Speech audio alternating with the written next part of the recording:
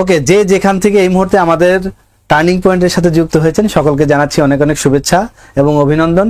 আপনারা বরাবরই আমাদের সাথে থাকেন, এই জন্য খুবই ভালো লাগে। আজকে আমরা সবাই মিলে ইংলিশের উপর একটা ক্লাস করব মিজান স্যারের। দেখেন, আমরা কিন্তু জাতিগতভাবে ইংলিশে দুর্বল। আমরা যখনই দেখি কোনো ইংলিশ পরীক্ষায় ভালো করে ফেলেছি তখন কিন্তু আমরা কি খুব মজা পাই, কারণ ইংলিশ ভেরি ডিফিকাল্ট একটা সাবজেক্ট আমাদের সবার কাছে। কিন্তু আজকে ক্লাসের পরে আপনার মনে হবে যে ইংলিশ ইজিক্যাল টু ওয়াটার। এইভাবে যদি আপনি প্রত্যেকটা ক্লাস করেন, আমাদের ইংলিশে টোটাল এমসিকিউ রিটেন মিলে টোটাল ক্লাস আছে 28টা। এই ক্লাসগুলো যদি কেউ ভালো করে করেন, আশা করছি আপনি ইংলিশে আর কোনো জায়গাতেই সমস্যা ফিল করবেন না। দেখেন, ইংলিশে প্রথমে হচ্ছে আমরা গ্রামার ক্লাসগুলো দেই। কেন? কারণ যদি গ্রামাটিক্যাল আইটেম যদি আপনি ভালো না করেন তাহলে কিন্তু আপনি রিটেনটাই ভালো করবেন না। সো আপনাকে কি করতে হবে? আগে গ্রামারগুলো ভালো করে শিখতে হবে। দেখবেন এরপরে গ্রামার যখন ভালো করে শিখতে পারবেন, এরপরে focus writing, argument writing, translation, retranslation, summary, comprehension, এগুলো কিন্তু খুব চমৎকারভাবে শিখতে পারবেন। কিন্তু প্রথমে আপনাকে কি জানতে হবে? প্রথমে আপনাকে গ্রামার জানতে হবে। ঠিক আছে, আমরা চলেন কথা না বাড়িয়ে চমৎকার একটা ক্লাস উপভোগ করি আজকে। আর একটা কথা, সেটা হচ্ছে আপনারা যারা ফেসবুক লাইভে আছেন ক্লাসটা একটু শেয়ার দিয়ে রাখবেন। কেন? এই ক্লাসটা একবার যারা করবেন তারা কিন্তু ভালো করবেন, কিন্তু যারা 2বার 3বার করবেন তারা কি সর্বোচ্চ ভালো করবেন। এই জন্য যারা ফেসবুক লাইভে আছেন অবশ্যই শেয়ার দিয়ে রাখবেন। একটু ফেসবুক লাইভে যারা আছেন একটু জানান তো আমাদের শোনা যাচ্ছে কিনা, আমাদের কথাগুলো ক্লিয়ার আছে কিনা, একজন একটু কমেন্টস করেন প্লিজ। আর জুমে যারা যুক্ত হয়েছেন আমাদের জানাবেন কে কোথা থেকে যুক্ত হইলেন এবং সাউন্ড ক্লিয়ার আছে কিনা।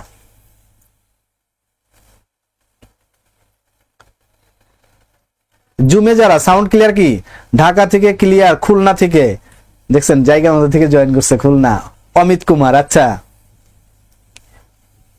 এই সব দেখি খুলনার, ব্যাপারটা কি? আচ্ছা, কিশোরগঞ্জ থেকে, ময়মনসিংহ থেকে, নড়াইল থেকে সাউন্ড ক্লিয়ার আছে কিনা? Sound clear? লাইভে যারা যুক্ত হয়েছেন একটু জানাবেন। এমডি দীপু হোসাইন লিখেছেন clear sound sir, clear sir, clear sir. Okay, এইবার একটা কথা শুনেন, সেটা হচ্ছে যারা জুমে যুক্ত হয়েছেন, যে কোনো ভালো কাজ সবাইকে নিয়ে করতে হয়। তেমনি আপনাদের একজন বন্ধুকে ইনভাইট করেন, জুমের লিঙ্কটা দিয়ে দেন, যে বন্ধু চলো একসাথে ক্লাস করি, টার্নিং পয়েন্টের একটা ইংলিশ ক্লাস হচ্ছে, সবাই মিলে একসাথে করি। একজন করে ইনভাইট করেন। হ্যাঁ, জুমে ভালো কাজের অংশীদার অনেককেই করতে হয়, এতে কি নিজের সওয়াব বাড়ে। এই জন্য আপনারা সবাইকে জুম লিঙ্কটা দিয়ে দেন। যারা ফেসবুক লাইভে আছেন তারা একজন বন্ধুকে মেনশন করেন যে ইংলিশের উপর চমৎকার একটা ক্লাস হচ্ছে, চলো একসাথে করি, সবাই মিলে ভালো কাজ করতে হয়। চলেন আমরা ক্লাসে চলে যাই। শ্রদ্ধেয় মিজান স্যারের চমৎকার একটা ক্লাস আমরা করি। এরপরে আজকে এই ক্লাস চলাকালীন, যারা লাইভ ক্লাস চলাকালীন 2 ঘন্টা হবে ক্লাস, এই ক্লাস চলাকালীন যারা ভর্তি হবেন তাদের জন্য সুপার ডুপার একটা অফার আমরা দিব ইনশাল্লাহ। Okay sir. আসসালামু আলাইকুম, সবাইকে টার্নিং পয়েন্টের পক্ষ থেকে স্বাগত জানাচ্ছি। আমি মিজানুর রহমান। আজকের প্রশ্নটা সলভ করলে মোটামুটি বিগত বছরের প্রশ্ন সম্পর্কে একটা ধারণা নিয়ে ফেলতে পারবো এবং একই সাথে আমরা বিগত বছরে কি ধরনের প্রশ্ন এসেছিল, কি ধরনের প্রশ্ন আমাদের পড়া উচিত, কি ধরনের প্রশ্ন আমাদের পড়া উচিত না, এই বিষয়গুলো বুঝতে পারবো। এবং আজকের ক্লাসটা খুবই গুরুত্বপূর্ণ যারা আসন্ন 22 সাল ভিত্তিক পরীক্ষা দিবেন বা যারা আসন্ন 23 সাল ভিত্তিক পরীক্ষার প্রশ্নে অ্যাপ্লাই করেছেন। আসেন আমরা চলে যাচ্ছি আমাদের প্রশ্নে। আচ্ছা, শুরুতে যে প্রশ্নটা দেওয়া রয়েছে আমাদের স্ক্রিনে, আমরা চেষ্টা করব উত্তর দেওয়া, যে উত্তরটা কি হতে পারে স্যার। যারা লাইভে যুক্ত রয়েছেন, একই সাথে যারা জুমে যুক্ত হয়েছেন, আশা করি শেষ পর্যন্ত থাকবেন এবং যারা লাইভে যুক্ত রয়েছেন তারা ক্লাসটা শেয়ার দিয়ে রাখবেন, কারণ এটা যেহেতু বিগত বছরের প্রশ্ন, এই প্রশ্ন আপনার সামনে পড়তে হতে পারে বা এই প্রশ্ন সামনে বিভিন্ন সময় আপনাকে পড়তে হবে বা প্র্যাকটিস করতে হবে, কারণ বিগত বছরের প্রশ্ন অ্যানালাইসিস করা ছাড়া আপনি ভালো একটা প্রিপারেশন নিতে পারবেন না। সো প্লিজ যারা লাইভে যুক্ত রয়েছেন তারা চেষ্টা করবেন ক্লাসটা শেয়ার দিয়ে রাখার, এবং যারা জুমে যুক্ত রয়েছেন তারা তো আছেনই। শুরু করছি। বলছে which of the following is not an adjective. কোনটি অ্যাডজেক্টিভ নয়? কোনটি অ্যাডজেক্টিভ নয়? যারা আমার ক্লাস করে থাকেন নিয়মিত তারা জানেন শব্দের শেষে কিছু সাফিক্স আমি পড়িয়ে থাকি, যেমন অ্যাবল, যেমন ইবল বা শুধু বিএলই, এরকম থাকলে সেই শব্দগুলো অ্যাডজেক্টিভে পরিণত হয়, সেই শব্দগুলো অ্যাডজেক্টিভ হয়। সো আমরা প্রথমে যে শব্দটা দেখতে পাচ্ছি হাম্বল, কি দেখতে পাচ্ছি? হাম্বল। হাম্বল শব্দটা কিন্তু একটা অ্যাডজেক্টিভ। কি বললাম? হাম্বল শব্দটা কিন্তু একটা অ্যাডজেক্টিভ, কিন্তু আমাদের কাছে প্রশ্ন করা হচ্ছে অ্যাডজেক্টিভ নয়, অ্যাডজেক্টিভ নয়। ওকে, খেয়াল করব পরেরটা কি রয়েছে? হিউমিড। হিউমিড মানে হচ্ছে আর্দ্র, আর্দ্র। সো এটা যে হিউমিড, এটা হচ্ছে একটা অ্যাডজেক্টিভ। কিভাবে বুঝলাম? যেমন আমরা যদি বলি আর্দ্র আবহাওয়া, কি বলি? আর্দ্র আবহাওয়া। অর্থটা মিল আছে কিনা? যদি আপনি একটা অ্যাডজেক্টিভের পরে একটা নাউন বসিয়ে অর্থের সামঞ্জস্যতা খুঁজে পান তাহলে সেটা অ্যাডজেক্টিভই আছে, আর যদি সামঞ্জস্যতা খুঁজে না পান তাহলে ডেফিনেটলি সেটা নাউন আছে। যেহেতু আমরা অর্থের সামঞ্জস্যতা খুঁজে পেয়েছি তাহলে এটা অ্যাডজেক্টিভ, কিন্তু আর্দ্রতা যদি হতো তাহলে কিন্তু সেটা হতো নাউন। এটার অর্থ হচ্ছে আর্দ্র। হিউম্যান, হিউম্যান মানে হচ্ছে তো আমরা জানি দয়ালু। সো হিউম্যানও কিন্তু একটা অ্যাডজেক্টিভ, এটাও কিন্তু একটা অ্যাডজেক্টিভ। এটা একটা অ্যাডজেক্টিভ এবং একই সাথে এটা একটা অ্যাডজেক্টিভ। আমাদের কাছে প্রশ্ন করা হয়েছে কোনটি অ্যাডজেক্টিভ নয়। আমার ক্লাস যারা করে থাকেন নিয়মিত তাদেরকে আবারও মনে করিয়ে দিতে চাই, শব্দের শেষে সবাই লিখে ফেলবেন সাফিক্স দেখে, সাফিক্স দেখে, সাফিক্স দেখে নাউন চেনার উপায়। সাফিক্স দেখে নাউন চেনার উপায়, সাফিক্স দেখে নাউন চেনার উপায়। একটু খেয়াল করবেন, আমি লিখে দিব এবং এগুলো লিখে রাখবেন, আজীবনের সম্পদ হবে ইনশাআল্লাহ। সো খেয়াল করবেন, tion, tion, ence, ance, ment, ness, ship, hood, ism, er, or, our, dom, all, th, tyth, is, double e, cey। এই যে সাফিক্সগুলো আমি এখানে লিখে দিয়েছি, এই সাফিক্সগুলো যদি শব্দের শেষে থাকে তাহলে সেটা নাউন হয়। সেটা কি হয়? নাউন হয়। দেখেন, আমি শুধু বলে দিতে পারতাম যে অর থাকলে সেটা নাউন হয়, শব্দের শেষে অর থাকলে সেটা নাউন হয়, সেটা বলে চলে যেতে পারতাম, কিন্তু আমি চেয়েছি না আপনারা সবগুলো জানেন, আপনারা সবগুলো জানেন যেন আরো সামনে যে পরীক্ষা আসবে সেই পরীক্ষার জন্য উত্তর দিতে পারেন। তো খেয়াল করবেন, এই সাফিক্সগুলো সবাই লিখে রাখবেন যারা লাইভে যুক্ত রয়েছেন, এবং আচ্ছা যারা লাইভে যুক্ত রয়েছেন, okay, thank you so very much যারা কমেন্ট করছেন। আচ্ছা, যারা লাইভে যুক্ত রয়েছেন তারা লিখবেন যে এই সাফিক্সগুলো থাকলে, এই সাফিক্সগুলো থাকলে সেটা, এই সাফিক্সগুলো থাকলে সেটা নাউন হয়। একটু খেয়াল করলে দেখতে পাবেন হিউমারের শেষে কিন্তু অর আছে, আমি কিন্তু অর লিখে দিয়েছি। সো অর থাকলে সেটা নাউন হয়, তাহলে হিউমারটা কিন্তু একটা নাউন। এটা একটা কি স্যার? নাউন। আর আমরা প্রশ্নে দেখেছি, জিজ্ঞাসা করা হয়েছে বা জানতে চাওয়া হয়েছে যে নিচের কোনটি অ্যাডজেক্টিভ নয়, তার মানে অ্যাডজেক্টিভ নয় কোনটি? ডেফিনেটলি হিউমার, হাস্যরস। ঠিক আছে, এর অর্থ হচ্ছে হাস্যরস। ওকে, আমরা পরবর্তী প্রশ্নে চলে যাব। পরবর্তী প্রশ্নে যাওয়ার আগে একটু জেনে নিতে চাই আপনাদের এটা লেখা হয়েছে কিনা, একটু জানাবেন প্লিজ। যারা স্লো লিখছেন তারা চেষ্টা করবেন স্ক্রিনশট দিয়ে রাখতে, তাহলে সুবিধা হবে আপনার জন্য। একটু জানাবেন লেখা হয়েছে কিনা। যারা লাইভে যুক্ত রয়েছেন স্যার একটু চেষ্টা করবেন জানানোর যে লেখা হয়েছে কিনা। স্যার যারা লাইভে যুক্ত রয়েছেন একটু জানাবেন স্যার লেখা হয়েছে কিনা, জানাবেন। যারা লাইভে যুক্ত হয়েছেন তারা জানাবেন যে লেখা হয়েছে কিনা। যারা লাইভে যুক্ত রয়েছেন একটু জানাবেন প্লিজ, প্লিজ জানাবেন যে লেখা হয়েছে কিনা। তো একটু চেষ্টা করেন যে বন্ধুদেরকে বা পরিচিতদেরকে মেনশন দিতে বা ক্লাসটা শেয়ার করে রাখতে, কারণ দেখেন বিগত বছরের প্রশ্ন অ্যানালাইসিস করেই কিন্তু আপনাকে প্রিপারেশন নিতে হবে। সো এই অ্যানালাইসিসটা যদি আপনার শেয়ারে, আপনার টাইমলাইনে থাকে, অসুবিধা কোথায়? আপনি সময় মতো দেখে নিতে পারবেন, কোনো সমস্যা নেই। বা আপনার বন্ধুরা, সহযোগী যারা একসাথে প্রিপারেশন নিচ্ছেন, একটু ইংরেজি খারাপ পারি, একটু কম পারি, তাদেরকেও শেয়ার করেন, তারাও যেন দেখে নিতে পারে, তাদেরকে মেনশন করে দেন, তাহলে তারা চলে আসতে পারবে ক্লাসে। আচ্ছা, খেয়াল করবেন, আমরা পরবর্তী প্রশ্নে চলে যাব। স্যার একটু খেয়াল করেন, স্যার একটু খেয়াল করবেন, লেখা রয়েছে দেখা যাচ্ছে না, লেখা হয়েছে which of the following is an adverb phrase. আমি অ্যাডভার্ব নিয়ে কথা বলবো। এখানে প্রত্যেকটা প্রশ্নই কিন্তু একটা গ্রামারের পুরো আলোচনা। আমি চেষ্টা করব প্রত্যেকটা গ্রামারই বিস্তারিত আলোচনা করার, ওই রিলেটেড যা আছে সব আলোচনা করে দেওয়ার। একটু খেয়াল করেন, ফ্রেজ কি সেটা আগে একটু বলি, ফ্রেজ কি এবং ক্লজ কি সেটা বলি। এই আজকের একটা ক্লাসে কিন্তু আমাদের গ্রামারের সবগুলো গ্রামার রিভাইজ হয়ে যাবে। সো যারা জুমে যুক্ত রয়েছেন আশা করব সকলকে যুক্ত হতে বলবেন, এবং একই সাথে যারা লাইভে যুক্ত রয়েছেন চেষ্টা করবেন মেনশন করে দেওয়ার, ক্লাসটি শেয়ার করে দেওয়ার। মনে রাখবেন যেখানে ফাইনাইট ভার্ব আছে এটাও শব্দগুচ্ছ, শব্দগুচ্ছ, এটাও কিন্তু শব্দগুচ্ছ, ঠিক আছে?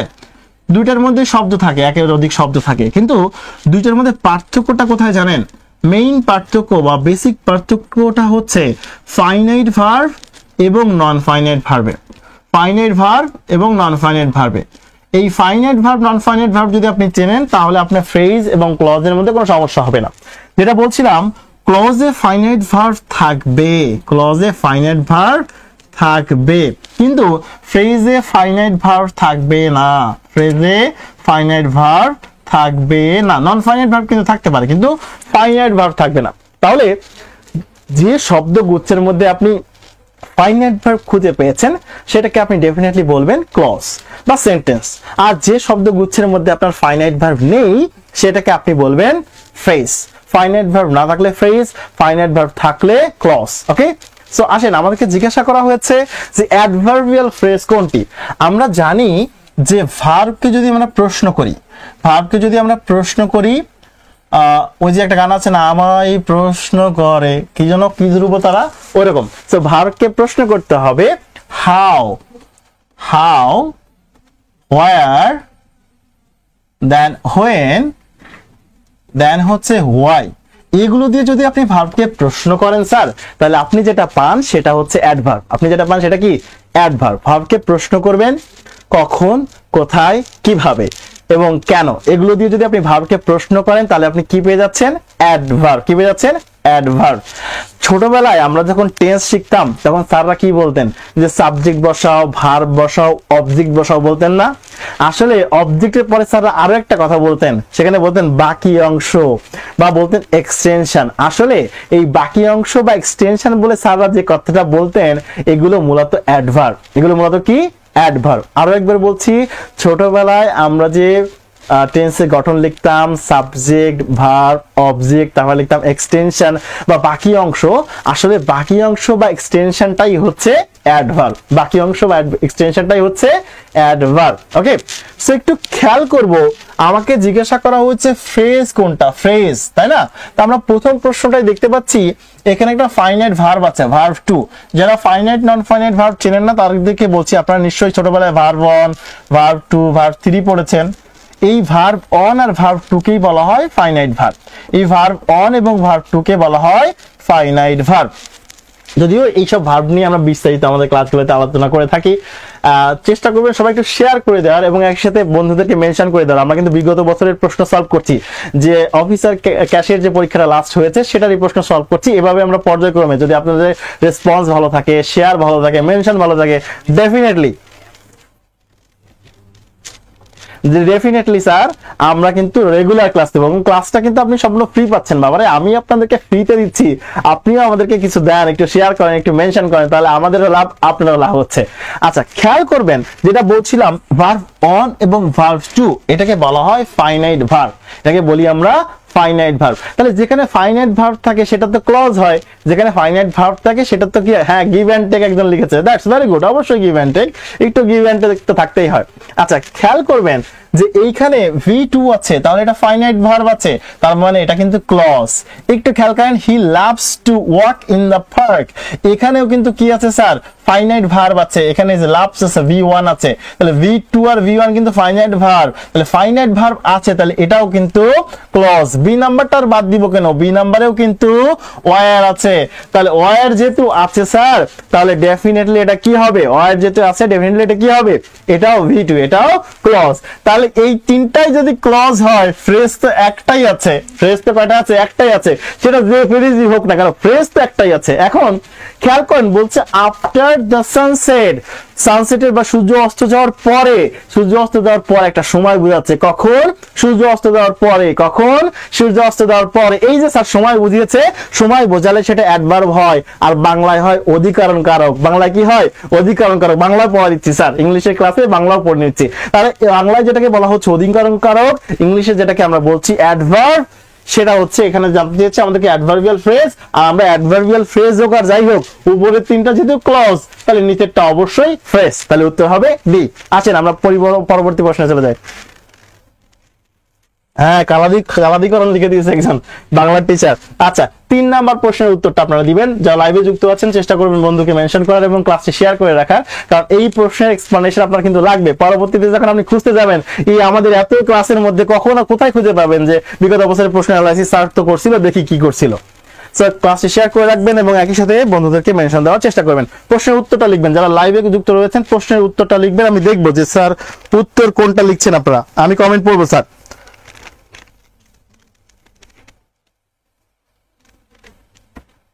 লাইভে যারা যুক্ত আছেন স্যার, আমাদের কোনো ব্যস্ততা নেই, আমরা সময় নিয়ে আস্তে আস্তে শিখবো।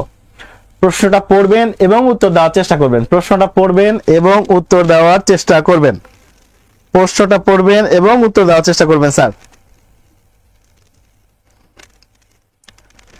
প্রশ্নটা পড়বেন এবং উত্তর দেওয়ার চেষ্টা করবেন। That's very good, that's very good. 80 জন আমাদের সাথে লাইভে যুক্ত হয়েছেন স্যার। আপনারা যারা লাইভ দিয়ে দেখছেন ক্লাসটি, চেষ্টা করবেন ক্লাসটি শেয়ার করে দেওয়ার এবং একসাথে অন্যদেরকে মেনশন দেওয়ার চেষ্টা করবেন। আচ্ছা, হ্যাড নট লিখেছেন। আসেন আমি রুলস শিখিয়ে দিব, প্রত্যেকটা প্রশ্নের সাথে কোন রুলস জড়িত। আসলে আমি বললাম না, আজকের ক্লাসটা করলে কিন্তু আপনার ইংরেজির প্রিপারেশন অলমোস্ট ডান হয়ে যাবে, কারণ এখানে আমরা অনেকগুলো গ্রামার নিয়ে একসাথে কথা বলবো ইনশাআল্লাহ। তো খেয়াল করেন, প্রশ্নটা যা রয়েছে সেটা আলোচনা করার আগে আমি একটা বিষয় নিয়ে আলোচনা করতে চাই, যেটাকে বলা হয় ইমবেডেড কোশ্চেন। আমি বলছি কিন্তু আজকের ক্লাসটা আসলেই ইম্পর্টেন্ট, আসলেই important. Embedded question, embedded question, embedded question. অনেকে বলবে স্যার ডাব্লিউএস কোশ্চেন শুনেছি, ডাব্লিউএস কোশ্চেন শুনেছি, ইয়েস নো কোশ্চেন শুনেছি, কিন্তু ইমবেডেড কোশ্চেন তো শুনেননি। আজকে শুনবেন। ইমবেডেড কোশ্চেনকে আরেকটা নামে আমরা ডাকি, সেটাকে বলা হয় ইনডিরেক্ট কোশ্চেন। কি বলা হয়? Indirect question, indirect question. এই ইমবেডেড কোশ্চেন এবং ইনডিরেক্ট কোশ্চেন থেকে কিন্তু প্রায় পরীক্ষায় প্রশ্ন এসে থাকে। সো এটা আমরা একটু শিখবো, খুব সহজে শিখবো। এখানে দুটো স্ট্রাকচারফুল পড়লেই আপনারা যে কোনো প্রশ্নের উত্তর দিতে পারবেন ইনশাআল্লাহ। আচ্ছা, অনেকে উত্তর সি দিয়েছেন, দেখবো আমরা সি হবে না, বি হবে না, ডি হবে, আমরা দেখবো স্যার উত্তর কোনটা হতে পারে। ওকে, আমরা উত্তর দেখবো। আচ্ছা, এখানে যে কতগুলো গ্রামার লুকিয়ে আছে কি বলবো। এখানে টেন্সের একটা গ্রামার লুকিয়ে আছে, এখানে মডালের একটা গ্রামার লুকিয়ে আছে, রাইট ফ্রম ভার্বের একটা গ্রামার লুকিয়ে আছে, রিলেটিভ প্রোনাউনের একটা গ্রামার লুকিয়ে আছে, একই সাথে অ্যাফার্মেটিভ নেগেটিভ এগ্রিমেন্টের একটা গ্রামার লুকিয়ে আছে। সো অনেক কিছু এখানে লুকিয়ে আছে। সো আমরা দেখি, আমরা যেটা নিয়ে কথা বলছিলাম সেটাকে আমরা বলছি এমবেডেড কোশ্চেন বা ইনডিরেক্ট কোশ্চেন। তার আগে আমি আরো দুইটা কোশ্চেন আছে, সেই দুইটা নিয়ে একটু কথা বলি। যেমন আর ইউ এ স্টুডেন্ট, এটা যদি বলা হয় তাহলে আর ইউ এ স্টুডেন্ট, এটাতে আপনি উত্তর দেবেন ইয়েস অর নো। তাহলে যে প্রশ্নের অ্যান্সার ইয়েস নো দিয়ে দেওয়া যায় সেটাকে বলা হয় yes no question. Are you a student, are দিয়ে শুরু হয়েছে, এটা একটা অক্সিলারি, অক্সিলারি দিয়ে শুরু হওয়ার কারণে এটাকে বলা হয় অক্সিলারি কোশ্চেন। তাহলে যেটাই অক্সিলারি কোশ্চেন সেটাই yes no question. Have you done this work, তুমি কি এই কাজটি শেষ করেছো? এখানে হ্যাভ দিয়ে শুরু হয়েছে, হ্যাভটা একটা অক্সিলারি, অক্সিলারি দিয়ে শুরু হওয়ার কারণে একটা অক্সিলারি কোশ্চেন। আবার এটা যেহেতু ইয়েস নো দিয়ে প্রশ্নের উত্তর দেওয়া যায়, যে তুমি কি কাজটি শেষ করেছো, ও বলবে ইয়েস বা নো। যেহেতু ইয়েস নো দিয়ে উত্তর করা যাচ্ছে স্যার, সেই জন্য এটাকে বলা হচ্ছে ইয়েস নো কোশ্চেন। তাহলে যাহাই ছিল ইয়েস নো কোশ্চেন তাহাই হচ্ছে অক্সিলারি কোশ্চেন। আরেক ধরনের প্রশ্ন আমরা দেখতে পাই, যেটাকে আমরা বলি ডাব্লিউএস কোশ্চেন বা ডেসক্রিপটিভ কোশ্চেন বা ইনফরমেশন কোশ্চেন। কি বলি? ডাব্লিউএস কোশ্চেন, ইনফরমেশন কোশ্চেন বা ডেসক্রিপটিভ কোশ্চেন। কোশ্চেন তিনটা একই, ভিন্ন ভিন্ন নাম। খেয়াল করেন, আমি যদি বলি what do you know about your village, তুমি তোমার গ্রাম সম্পর্কে কি জানো, এই কোশ্চেনটা কিন্তু অক্সিলারি দিয়ে শুরু হয়নি, ডাব্লিউএস দিয়ে শুরু হয়েছে। তো ডাব্লিউএস দিয়ে শুরু হওয়ার কারণে এটাকে আমরা বলতে পারি ডাব্লিউএস কোশ্চেন। আবার যখন আপনি আপনার গ্রাম সম্পর্কে বলছেন, তখন কিন্তু আপনি গ্রাম নিয়ে বর্ণনা করছেন বা গ্রাম সম্পর্কে তথ্য দিচ্ছেন। এই তথ্য দেওয়াটার কারণে এটার নাম হচ্ছে তথ্য ইনফরমেশন কোশ্চেন। আপনি যদি বর্ণনা করছেন, এজন্য এটাকে একই সাথে বলতে পারছেন ডেসক্রিপটিভ কোশ্চেন। তাহলে যাহাই ডেসক্রিপটিভ কোশ্চেন তাহাই ইনফরমেশন কোশ্চেন, তাহাই ডাব্লিউএস কোশ্চেন। আবার এদিকে যাহাই ছিল অক্সিলারি কোশ্চেন তাহাই হচ্ছে কি কোশ্চেন, তাহাই ইয়েস নো কোশ্চেন। আর এখন যেটা আমরা শিখবো সেটাকে আমরা বলছি এমবেডেড কোশ্চেন বা ইনডিরেক্ট কোশ্চেন। আমি বলছি আজকের এই একটা ক্লাস করার পরে কিন্তু আপনার পুরো ইংরেজির কিন্তু একটা সামারি চলে আসবে আপনার মধ্যে, ঠিক আছে? কারণ আমরা একটা প্রশ্ন নিয়ে সকল প্রশ্ন নিয়ে কথা বলবো, ওই প্রশ্নের সকল রুলস নিয়ে কথা বলবো। সো আপনার ডেফিনেটলি একটা ভালো প্রিপারেশন হয়ে যাবে, এই একটা ক্লাসে আপনি অনেক কিছু শিখে যেতে পারবেন ইনশাআল্লাহ। সো খেয়াল করেন, এমবেডেড কোশ্চেন বা ইনডিরেক্ট কোশ্চেনে আমরা একটা স্ট্রাকচার ফলো করব এরকম, সাবজেক্ট ভার্ব, এরপরে হচ্ছে ডাব্লিউএস ওয়ার্ড। আচ্ছা, এমবেডেড বা ইনডিরেক্ট কোশ্চেন হতে গেলে ডাব্লিউএস ওয়ার্ডকে কিন্তু অবশ্যই সেন্টেন্সের মাঝে রিলেটিভ প্রোনাউন হিসেবে বসতে হবে, মানে সেন্টেন্সের মাঝে বসতে হবে। খেয়াল করেন এর পাশেও সাবজেক্ট এবং ভার্ব। একটা সেন্টেন্সে অবজেক্টটা লিখতেছি না, এই জন্য একটা সেন্টেন্সে কিন্তু অবজেক্টটা ম্যান্ডেটরি না, কারণ অবজেক্ট থাকতেও পারে, অবজেক্ট না থাকতেও পারে। আরেকটা স্ট্রাকচার একটু দেখবেন, অক্সিলিয়ারি প্লাস সাবজেক্ট দেন হচ্ছে ভার্ব। স্যার খুবই ইম্পর্টেন্ট কোশ্চেন, কিন্তু আমরা কিন্তু বিআইবিএম এর পছন্দের প্রশ্নগুলো পড়ছি, হ্যাঁ? আচ্ছা, খেয়াল করবেন প্লিজ।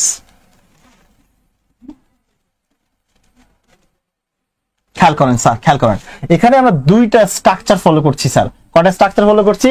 অনলি দুইটা স্ট্রাকচার। একটা হচ্ছে ফুল স্টপের স্ট্রাকচার, আর একটা হচ্ছে কোশ্চেন মার্কের স্ট্রাকচার।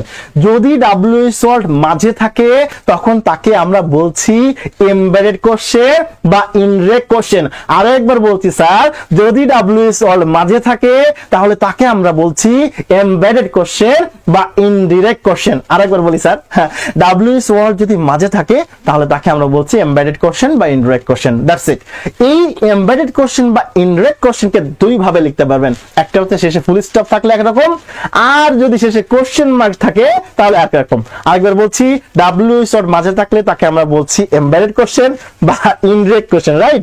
সো সেই এমবেডেড কোশ্চেন বা ইনডিরেক্ট কোশ্চেন দুই ভাবে লিখবো। একটা হচ্ছে লাস্টে ফুল স্টপ থাকতে পারে, আর একটা হচ্ছে শেষে প্রশ্ন চিহ্ন থাকতে পারে। আরেকবার বলছি, লাস্টে প্রশ্ন চিহ্ন, লাস্টে কোশ্চেন মার্ক, লাস্টে প্রশ্ন চিহ্ন, লাস্টে কোশ্চেন মার্ক। যারা জুমে যুক্ত রয়েছেন আর যারা লাইভে যুক্ত রয়েছেন তারাও কিন্তু জুমে যুক্ত হতে পারবেন।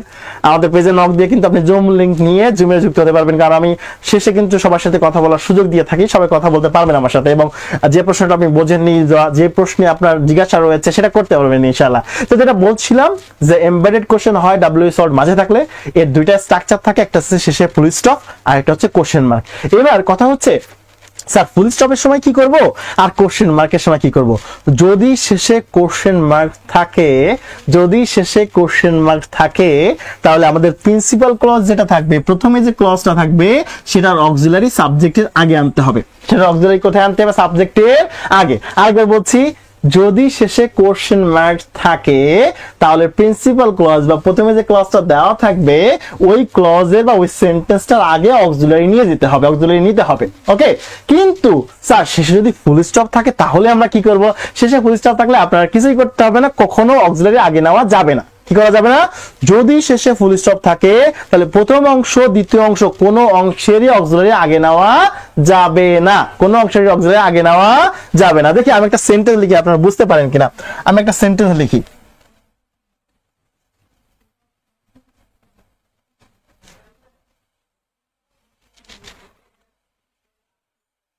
হি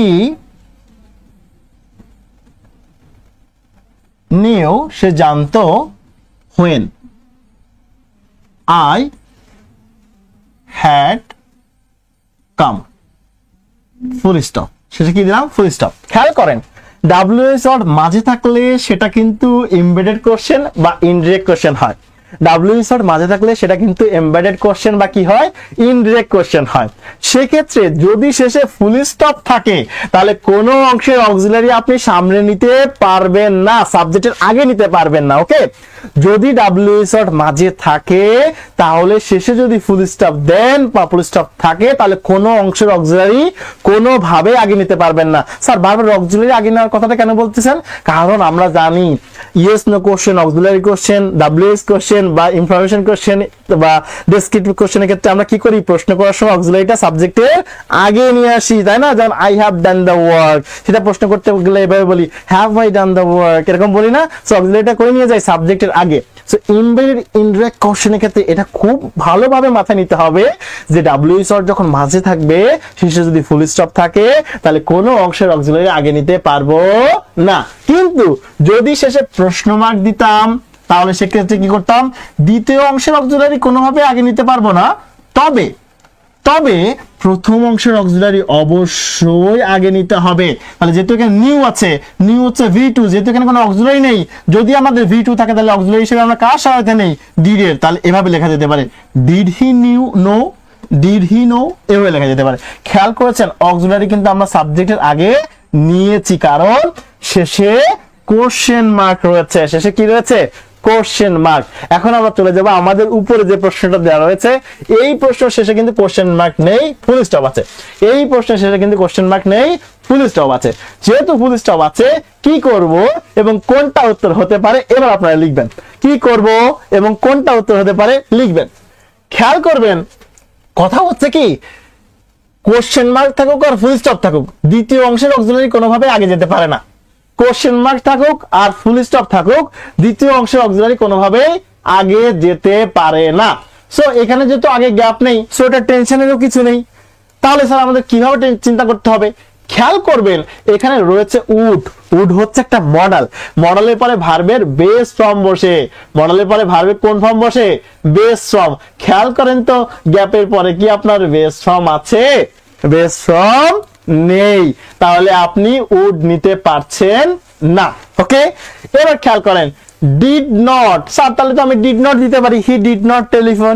নো, এটাও দিতে পারবেন না, কারণ যখন আপনি সাপোর্টিভ অক্সিলারি হিসেবে ডু, ডাজ বা ডিড কে নিয়ে আসে, তখন মেইন ভার্বটা প্রেজেন্ট ফর্মে চলে আসে। এই দিকে খেয়াল করেন, এখানে আমি ডিড নিয়ে আসছিলাম বলেই কিন্তু এই নিউটা কি হয়ে গেছিল, নো হয়ে গেছিল। নিউটা কি হয়ে গেছিল, নো।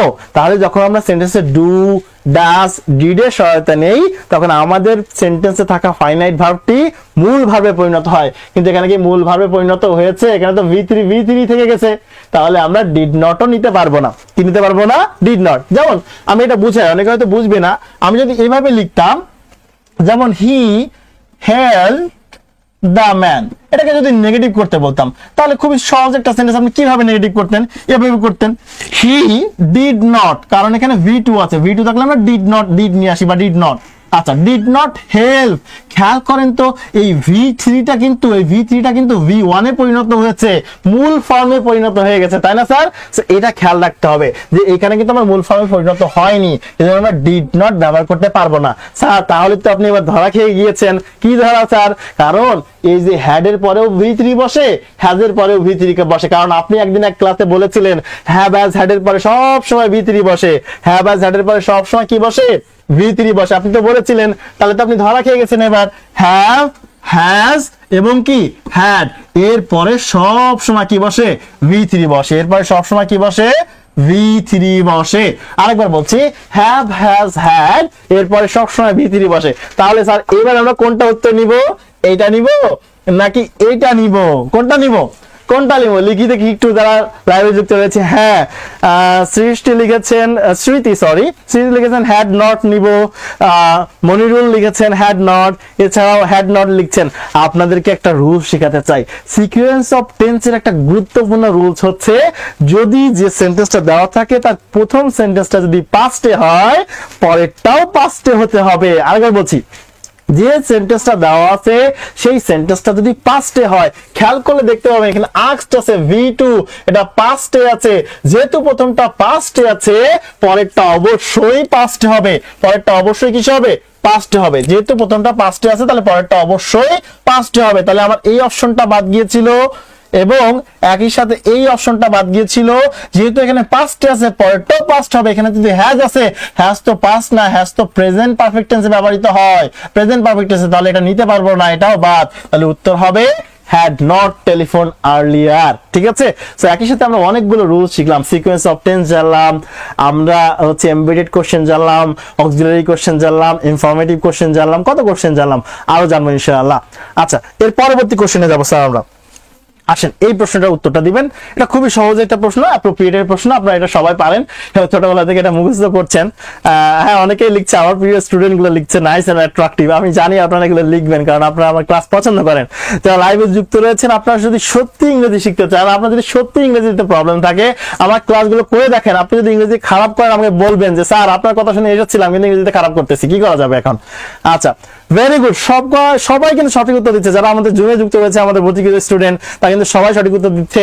উত্তরটা হবে ashamed of, মানে লজ্জিত। সবাই মিনিংটা হয়তো জানি। সো অ্যাপ্রোপ্রিয়েট প্রিপোজিশন যেহেতু এখানে আমার বোঝানোর কিছু নেই, তারপরে আমি আপনাদেরকে একটা প্রশ্ন করতে চাই।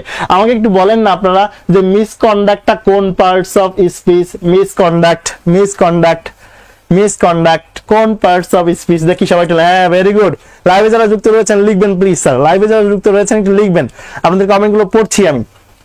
ভেরি গুড, লাইভে লিখছেন ফাইক লিখেছেন, এছাড়াও লিখছেন হচ্ছে সিয়াম, সুরাইউল খানমও লিখছেন। ভেরি গুড, খুবই ভালো লাগছে আপনারা কমেন্ট করছেন। চেষ্টা করবেন ক্লাসে শেয়ার করে সাথে থাকার, এবং এই প্রশ্ন অ্যানালাইসিস কিন্তু আপনার প্রয়োজন হবে, কারণ প্রশ্ন অ্যানালাইসিস কোথায় পরীক্ষা দিবেন, সেখানের পরিস্থিতি কি, সেখানে কি ধরনের প্রশ্ন আসে, সেটা আপনার জেনে যাওয়া উচিত। আচ্ছা, ভেরি গুড, অনেকেই সঠিক উত্তর দিচ্ছেন, দ্যাটস ভেরি গুড। আচ্ছা, খেয়াল করবেন আমরা কিন্তু জানি প্রিপোজিশন, এটা তো প্রিপোজিশনের পরে একটা দুইটা শব্দ আছে। প্রিপোজিশনের পরে দুইটা শব্দ থাকলে প্রথমটা হয় অ্যাডজেক্টিভ, পরেরটা কি হয়? নাউন। এছাড়াও অনেকেই জানেন হিজ কিন্তু একটা ডিটারমিনার, আমি যাদেরকে পড়িয়েছি ডিটারমিনার, হিজ হচ্ছে ডিটারমিনার। তাহলে ডিটারমিনারের পরে একটা শব্দ আছে, তাহলেও সেটা নাউন। সো আপনি যেভাবেই দেখেন না কেন মিসকন্ডাক্ট হয়ে যাবে একটা নাউন। ওকে, পরবর্তী কোশ্চেনে চলে যাবো স্যার আমরা। এটা খুবই সহজ প্রশ্ন ছিল, এই প্রশ্নটা দেখবো। এটাও অ্যাপ্রোপ্রিয়েট প্রিপোজিশনের প্রশ্ন, সো এটাও সবাই দেখবে। হ্যাঁ, মারুফ লিখেছেন, মিম লিখছেন, এছাড়া ভেরি গুড ইফাত জাহান লিখেছেন, দ্যাটস ভেরি গুড। অভিকও লিখেছেন, তিথি লিখছেন, ফাতেমা আনোয়ার লিখেছেন, পপি লিখেছেন, জয়ন্ত কুমার লিখেছেন, আমাদের লাইভে যারা যুক্ত রয়েছেন স্মৃতি লিখছেন, এনামুল, সাদনাম হোসেন, সুরাইয়া সবাই যুক্ত হয়ে গেছেন। খুবই ভালো লাগছে স্যার, ক্লাসটা শেয়ার দিয়ে আমাদের সাথে থাকবেন ইনশাআল্লাহ। একটু লিখবো এটার উত্তর কি হবে। হ্যাঁ, সিয়াম লিখে ফেলেছে অলরেডি। সিয়াম কিন্তু নিয়মিত ক্লাস করে, সে আমাদের ক্লাস নিয়মিত করে, সো সে বুঝতে পারে যে তার দরকার আসলে ক্লাসগুলো। সো আমরা তো ক্লাসগুলো ফ্রিতে দিব আপনাদেরকে। সো ক্লাসগুলো যদি ফ্রিতে হবে, বিগত বছরের প্রশ্ন অ্যানালাইসিস আপনি কোথায় ফ্রিতে পাবেন?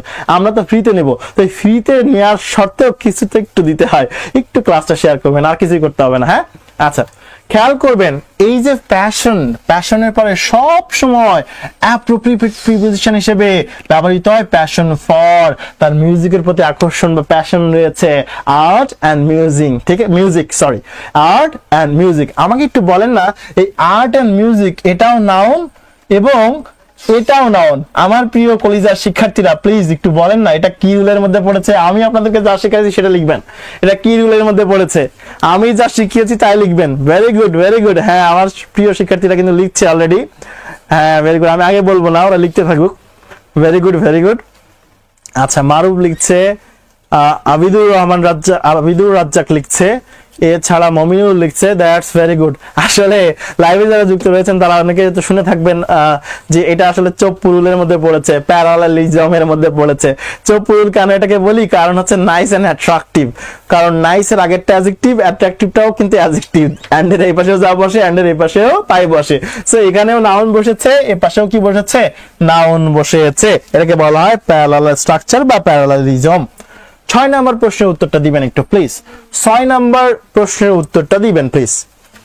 6 নম্বর প্রশ্নের উত্তর আমি প্রশ্নটা একটু পড়ে আপনাদের জন্য সহায়তা করে দিই। ওয়ান হু বিলিভ, এটা কিন্তু মুখস্থ প্রশ্নের মধ্যে পড়ে, ওয়ান আউট সাবস্টিটিউশন আমরা বলি।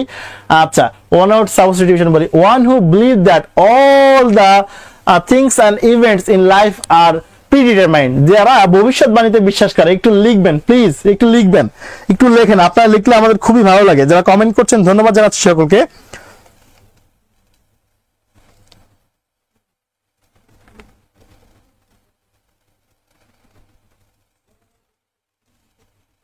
That's very good, thank you. সবার তো সঠিক হয়েছে। খেয়াল করেন, যারা ভবিষ্যতে বিশ্বাস করে তাদেরকে বলা হয় প্যাটালিস্ট। এই টাইরান্ট মানে হচ্ছে অত্যাচারী বা নিপীড়ক, ডিক্টেটর। কদিন আগে শব্দটা আমরা অনেকবার শুনেছি। পিউরিটান মানে হচ্ছে বিরোধী। ওই যে খ্রিস্টান মধ্যে দুইটা পার্ট আছে না, একটা হচ্ছে ক্যাথলিক, একটা হচ্ছে পিউরিটান, ওইটাকে বলা হয় বিরোধী আর কি। এরপরে ইগোয়েস্টিক মানে তো আত্মনির্ভরশীল, আত্মস্বার্থ মানে নিজের স্বার্থ যে বেশি দেখে সেই হচ্ছে ইগোয়েস্টিক। আচ্ছা, ভেরি গুড। যার ভবিষ্যৎবাণীতে বিশ্বাসী, হ্যাঁ, যারা ভবিষ্যৎবাণীতে, ভেরি গুড, যারা ভবিষ্যৎ বিশ্বাস করে, ভবিষ্যৎবাণীতে বিশ্বাস রাখে, তাদেরকে আমরা ফ্যাটালিস্ট বলে থাকি। ওকে, পরবর্তী প্রশ্নে চলে যাও। এটা কিন্তু আমাদের ওয়ান ওয়ার্ড সাবস্টিটিউশন। স্যার এই প্রশ্নটা দ্রুত চলে গেলেন কেন? চলে গেলাম কারণ এটা মুখস্থ পড়া। এটা তো বলেই দিয়েছি, যারা ভবিষ্যতে বিশ্বাস করে তাদেরকে বলা হয় ফ্যাটালিস্ট। স্যার আমার নট মমিনুল, ইটস কি মমিনুল, ইটস মনিমুল, ও মমিনুল না, মনিমুল। ওকে সরি স্যার, এরপর থেকে আমি মনিমুল বলবো। হ্যাঁ মনিমুল, ওকে ঠিক আছে, নাম মুখস্থ করছি। আসেন এই প্রশ্নের উত্তরটা দেই, 7 নাম্বার প্রশ্নের উত্তর। 7 নাম্বার প্রশ্নের উত্তর দিয়ে সাথে থাকবেন প্লিজ। 7 নাম্বার প্রশ্নের উত্তর, হ্যাঁ যারা লাইভে কমেন্ট করেছেন, সাদ্দাম, তনি, স্মৃতি, এছাড়াও এনামুল হক কমেন্ট করেছেন। এনামুল হক বিজয় নাকি, নাকি শুধু এনামুল হক জানাবেন স্যার। আচ্ছা এছাড়াও ভেরি গুড, মিম লিখেছেন, বাপ্পা লিখেছেন, তিথি, ইফাত, মঞ্জুরুল, পপি, নূর নবী, তারপরে কি লিখেছেন, সাকিব, সেতু, দ্যাটস ভেরি গুড। প্লাবন লিখেছেন লাইভে, ভেরি গুড ভেরি গুড। একটু লিখবেন স্যার, আমি প্রশ্নটা পড়ি, আপনারা পারবেন ইনশাআল্লাহ।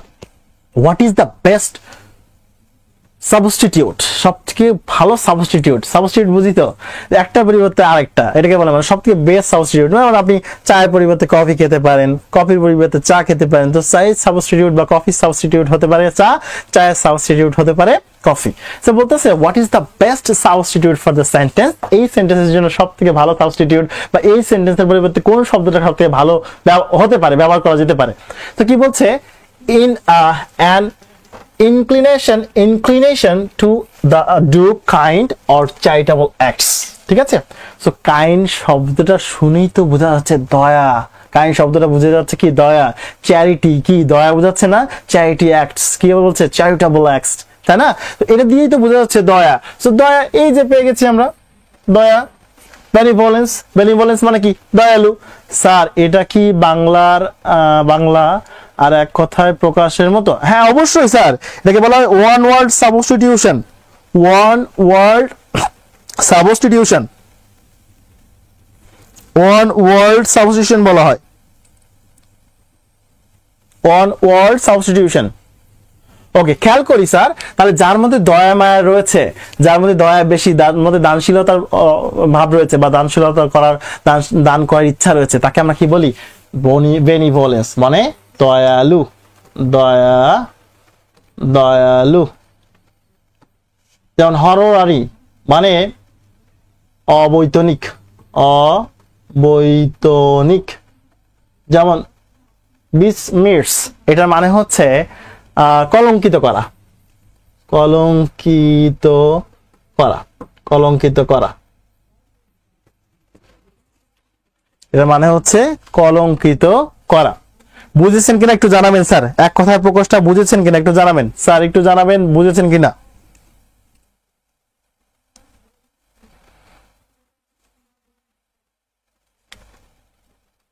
ওকে স্যার থ্যাংক ইউ। পরবর্তী প্রশ্নে চলে যাব।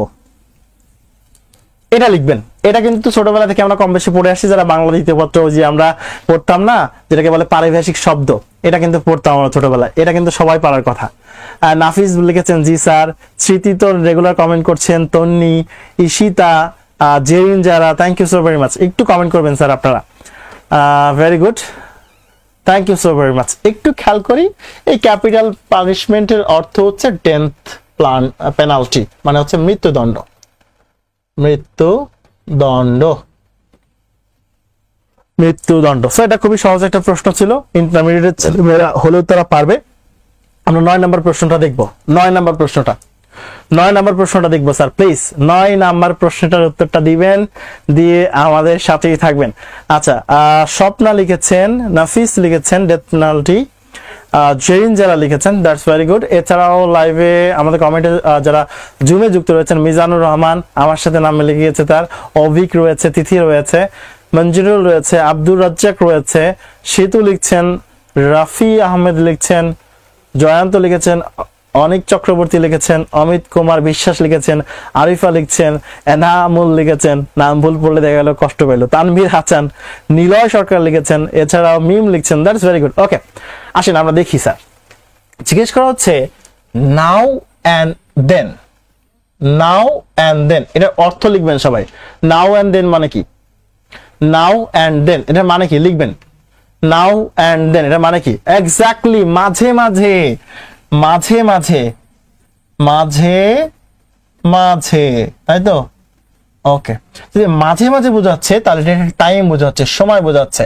আর আমরা জানি এম পি টি আর, এম তে হচ্ছে ম্যানার, এম তে কি ম্যানার, পিতে হচ্ছে প্লেস, পিতে হচ্ছে প্লেস, টিতে হচ্ছে টাইম, এবং আরতে হচ্ছে রিজন। আরতে কি স্যার? রিজন। স্যার এইগুলোকে আমরা অ্যাডভার্ব বলি। এগুলোকে আমরা কি বলি স্যার? অ্যাডভার্ব।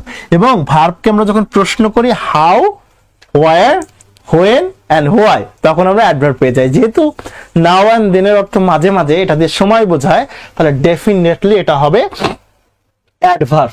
প্রিপজিশন তো কোনোভাবেই হবে না, এটা নাউন তো হবে না। নাও অ্যান্ড দেন আছে, নাও দিয়ে সময় বোঝায়, এটা দিয়েও যদি দেখতেন তাও হইতো না। সো নাও অ্যান্ড দেন একটা ফ্রেজ, এটা যেহেতু সময় বোঝায়, তাহলে আমরা এটাকে বলতে পারি অ্যাডভার্বিয়াল ফ্রেজ বা অ্যাডভার্ব। কোনো সমস্যা নেই, যেহেতু আমাদের অপশনে ফ্রেজ টেজ কিছু নাই, অ্যাডভার্ব লেখা আছে, তাহলে আমরা উত্তর হিসেবে অ্যাডভার্বকে গ্রহণ করতে পারি, কোনো সমস্যা নেই।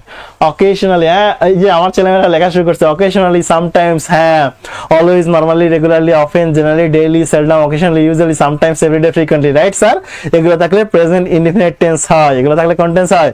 Present indefinite tense. আচ্ছা, যাই হোক, আমরা যাবো এর পরবর্তী প্রশ্ন। 10 নম্বর প্রশ্নের উত্তরটা লিখবেন, 10 নম্বর প্রশ্নের উত্তরটা লিখবেন, 10 নম্বর প্রশ্নের উত্তরটা লিখবেন প্লিজ, 10 নম্বর প্রশ্নের উত্তরটা লিখবেন। প্রশ্ন করা হয়েছে which of the following word is a verb? নিচের কোনটা ভার্ব? নিচের কোনটা ভার্ব? যারা আমার ক্লাস নিয়মিত করেন তাদের কখনোই ইন্টেনশনকে ভার্ব মনে হবে না, কারণ শন শন এনসেন্স মেন্টেনেন্স আমি কিন্তু অলরেডি লিখে দিয়েছি। শন শন এনসেন্স মেন্টেনেন্স সি ফুড ইজামর অর ডমল টিথা। সো এটা হচ্ছে ইন্টেনশন, মানে চিন্তা বা পরিকল্পনা, এটা নাউন। ওকে, এটা কি স্যার? নাউন। এই যে শন আছে, সো ডেফিনেটলি এটা নাউন। ইন্টালেক্ট মানে মেধা, মেধা, এটাও কিন্তু নাউন, এটাও কিন্তু কি নাউন। এন্টারিম, এন্টারিম অন্তর্বর্তী, এটা কিন্তু নাউন হতে পারে, আবার অ্যাডজেক্টিভ হতে পারে। তবে যদি বলি ইন্টারিম গভর্নমেন্ট, তখন কিন্তু এটা অ্যাডজেক্টিভ। আবার যদি শুধু ইন্টারিম বলি, তাহলে কিন্তু এটা নাউনও হতে পারে, সমস্যা নেই। সো এই তিনটা যেহেতু বাদ গিয়েছে, তাহলে অবশ্যই উত্তর হবে ইন্টারেস্ট। ইন্টারেস্ট, ইন্টারেস্টটা হচ্ছে ভার্ব। পরবর্তী প্রশ্নে চলে যাব স্যার, আমরা খেয়াল করবো স্যার। এই প্রশ্নটার উত্তরটা দিবেন, খুবই সহজ একটা প্রশ্ন, একটু পড়লেই আপনি পারবেন ইনশাআল্লাহ। এই প্রশ্নটা করার আগে আমি আপনাদেরকে একটু লিখে দেই, একসাথে অনেকগুলো রুলস দিয়ে দেবো, বলে দিয়েছি বারবার। ইচ, এভরি, ইচ, এভরি, সবাই আপনাকে ওয়ান অফ দা পড়াবে শুধু, কিন্তু আপনি ওয়ান অফ দার সাথে আরো কে কে আছে একই রুলস ফলো করে, এই সবগুলো দিয়ে দিচ্ছি আপনার জন্য ইজি হয় যেন, ঠিক আছে? Each, every, either, each, every, either, then হচ্ছে নেইদার, অন। এই শব্দগুলোর পরে অফ দা থাকলে, কি থাকলে? অফ দা থাকলে, এই শব্দগুলোর পরে অফ দা থাকলে, এদের পরে যে নাউনটা আমরা দেখতে পাই, সেই নাউনটা সবসময় প্লুরাল থাকে, এই নাউনটা সবসময় প্লুরাল থাকে। কিন্তু এদের পরে যে ভার্বটা আমরা বসাই, সেই ভার্বটা সব সময়ের জন্য সিঙ্গুলার, সেই ভার্বটা সব সময়ের জন্য সিঙ্গুলার, ঠিক আছে? লিখে ফেলবেন, লেখা হলে একটু ডান লিখবেন, আমি এটা নিয়ে আরেকটু কথা বলতে চাই। লেখা হয়ে গেলে একটু ডান লিখবেন, লেখা হয়ে গেলে একটু ডান লিখবেন প্লিজ, যারা লাইভে যুক্ত রয়েছেন। হ্যাঁ, অনেকে উত্তর দিয়েছেন, দ্যাটস ভেরি গুড। আচ্ছা, খেয়াল করি আমরা, আমরা খেয়াল করি, খেয়াল করলে দেখতে পাবো স্যার, এইখানে লেখা রয়েছে one of my friends that's coming today. Today যেহেতু আছে, তাহলে কোনোভাবেই ওয়াজ হবে না, এটা আমরা শিওর হয়ে গেছি। উইল তো দিবই না, কারণ উইল হচ্ছে মডেল, মডেলের পরে ভার্বের বেস ফর্ম বসে, ভার্বের কোন ফর্ম বসে? Base form. কিন্তু এখানে কিন্তু বেস ফর্ম নেই, এখানে ভার্বের সাথে কি আছে? আইএনজি। তাহলে আমাদের এখন হাতে আছে কে? বি এবং এ। আমরা জানি এই যে কি আছে, on of my friends, on of এর পরে নাউন প্লুরাল আছে, কিন্তু ভার্বটা কি হবে? সিঙ্গুলার। তাহলে উত্তরটা হবে ইজ, উত্তরটা হবে ইজ। বুঝলেন কিনা একটু জানাবেন, যারা লাইভে যুক্ত রয়েছেন স্যার, একই সাথে যারা জুমে যুক্ত রয়েছেন, একটু জানাবেন যে স্যার আপনি বুঝতেছেন কিনা স্যার, নাকি খুব কঠিন মনে হচ্ছে। স্যার খেয়াল করেন, আমি কিন্তু শুধুমাত্র একটা রুলস বলে চলে যেতে পারতাম যে অন অফ দ্য পরে নাউনটা প্লুরাল, ভার্বটা সিঙ্গুলার, ঠিক আছে? কিন্তু আমরা ই রুলের সাথে আর রিলেটেড কি কি ধরনের প্রশ্ন আসতে পারে? এবার অন অফ দ্য থেকে প্রশ্ন আসছে, পরে ইস অফ দ্য থেকে করতে পারে, এইদার অফ দ্য থেকে করতে পারে, নেইদার অফ দ্য থেকে করতে পারে, এভরি অফ দ্য থেকে করতে পারে। আমরা সেগুলো কিন্তু শিখে ফেললাম। এখানে কিন্তু আরো একটা টেকনিক আছে, ইনশাআল্লাহ এইসব টেকনিক আমরা আমাদের সাবজেক্ট ভার্ব এগ্রিমেন্ট ক্লাসে শিখবো। আমরা পরবর্তী কোশ্চেনে যাব। খেয়াল করবো স্যার, এই প্রশ্নটা দেখি, এই প্রশ্নটার উত্তরটা দিব, এই প্রশ্নটার উত্তরটা দিব, এই প্রশ্নের উত্তরটা দিব। এই প্রশ্নের উত্তরটা কি হতে পারে স্যার? একটু দেখবেন, এই প্রশ্নের উত্তরটা কি হতে পারে? এই প্রশ্নের উত্তরটা কি হতে পারে? এই প্রশ্নের উত্তরটা কি হতে পারে? একটু দেখবো স্যার, এই প্রশ্নের উত্তরটা কি হতে পারে? এই প্রশ্নের উত্তরটা কি হতে পারে? একটু দেখবেন প্লিজ, প্লিজ দেখবেন। ওকে ওকে, দ্যাটস ভেরি গুড স্যার। এই ক্লাস যদি আপনি শেয়ার না দেন তাহলে তো পাপ আপনার হবে। আপনি এই প্রশ্ন যদি সলভ পরে কোথায় খুঁজে পাবেন? আমরা তো টার্নিং পয়েন্টে প্রত্যেকদিন ক্লাস নিতে থাকবো। হ্যাঁ, তো আপনি পরবর্তীতে চাচ্ছেন যে এই দেখি বিগত বছরে কি প্রশ্ন এসেছিল, আমি একটু পরীক্ষা দিব, বা আমি তো সামনে ব্যাংকে প্রিপারেশন নিচ্ছি, পরীক্ষা দিব, তো আমার তো একটু বিগত বছরের প্রশ্ন অ্যানালাইসিস করার দরকার। কোথায় পাবেন আপনি ভাই? তো আপনাকে অবশ্যই শেয়ার করে রাখতে হবে, এবং আপনার এটা দায়িত্বের মধ্যে পড়ে যে শেয়ার করে রাখা। শুধু ফ্রিতে সার্ভিস নিব কিন্তু কিছু দিব না, কারণ এটা হয়ে গেল না স্যার। আমরা জানি তুলনা করার সময় কম্পারেটিভের ক্ষেত্রে আমরা দ্যান ব্যবহার করে থাকি, তাই না? তুলনা করার ক্ষেত্রে কম্পারেটিভের সময় আমরা দ্যান ব্যবহার করে থাকি। যেমন আমরা বলে থাকি he is better, he is better than I, এরকম বলি কিনা? দেন আই, এরকম বলে থাকি, রাইট? কিন্তু একটু যদি আপনি খেয়াল করেন স্যার, তাহলে খেয়াল করলে দেখতে পাবেন এখানে দেনের আগে কি বসেছে? বেটার। এটা কিন্তু কম্পারেটিভ, কম্পারেটিভ, তাই না? সো কম্পারেটিভ সবসময় দুইজনের মধ্যে হয়। সো একটু খেয়াল করবেন, কিছু শব্দ আছে যারা দ্যানকে গ্রহণ করে না, তারা নিজেরাই কম্পারেটিভ, তাদের সাথে টু ব্যবহৃত হয়। তাহলে কেমন হয় যদি আমি সেই শব্দগুলো লিখে দেই যে যারা টু গ্রহণ করে? কেমন হবে আপনারা জানাবেন প্লিজ। আমি যদি কোন শব্দগুলো স্যার টু গ্রহণ করে, দ্যান ব্যবহার করে না, কোন শব্দগুলো শুধুমাত্র টু গ্রহণ করে, দ্যান নেয় না, সেই শব্দগুলো লিখে দেব, তাহলে কেমন হবে একটু জানাবেন স্যার। যারা লিখে নিতে চান একটু জানাবেন যে স্যার লিখে দেন, ভালো হবে। একটু লিখবেন, একটু লিখবেন, একটু লিখবেন। রুদ্র কখন লিখেছে? মিজান স্যার মধু দেওয়ার বস। আচ্ছা, সামনে মধু দিব ইনশাআল্লাহ, মধুর ব্যবসা শুরু করব। আচ্ছা, আমার এক ভাই ছিল, যে মধু বিক্রি করতে, তাকে আমরা মধুদা বলতাম। আর আমাদের তো আরো অনেক ভাইটাই আছে মধুদা। যাই হোক, আমরা এটা মুছে দেই, একটু খেয়াল করি, শব্দগুলো একটু লিখে নিবেন। Junior, junior to, senior to, ঠিক আছে? ইনফেরিয়র টু, প্রিয়র টু, তারপর হচ্ছে আলটেরিয়র টু,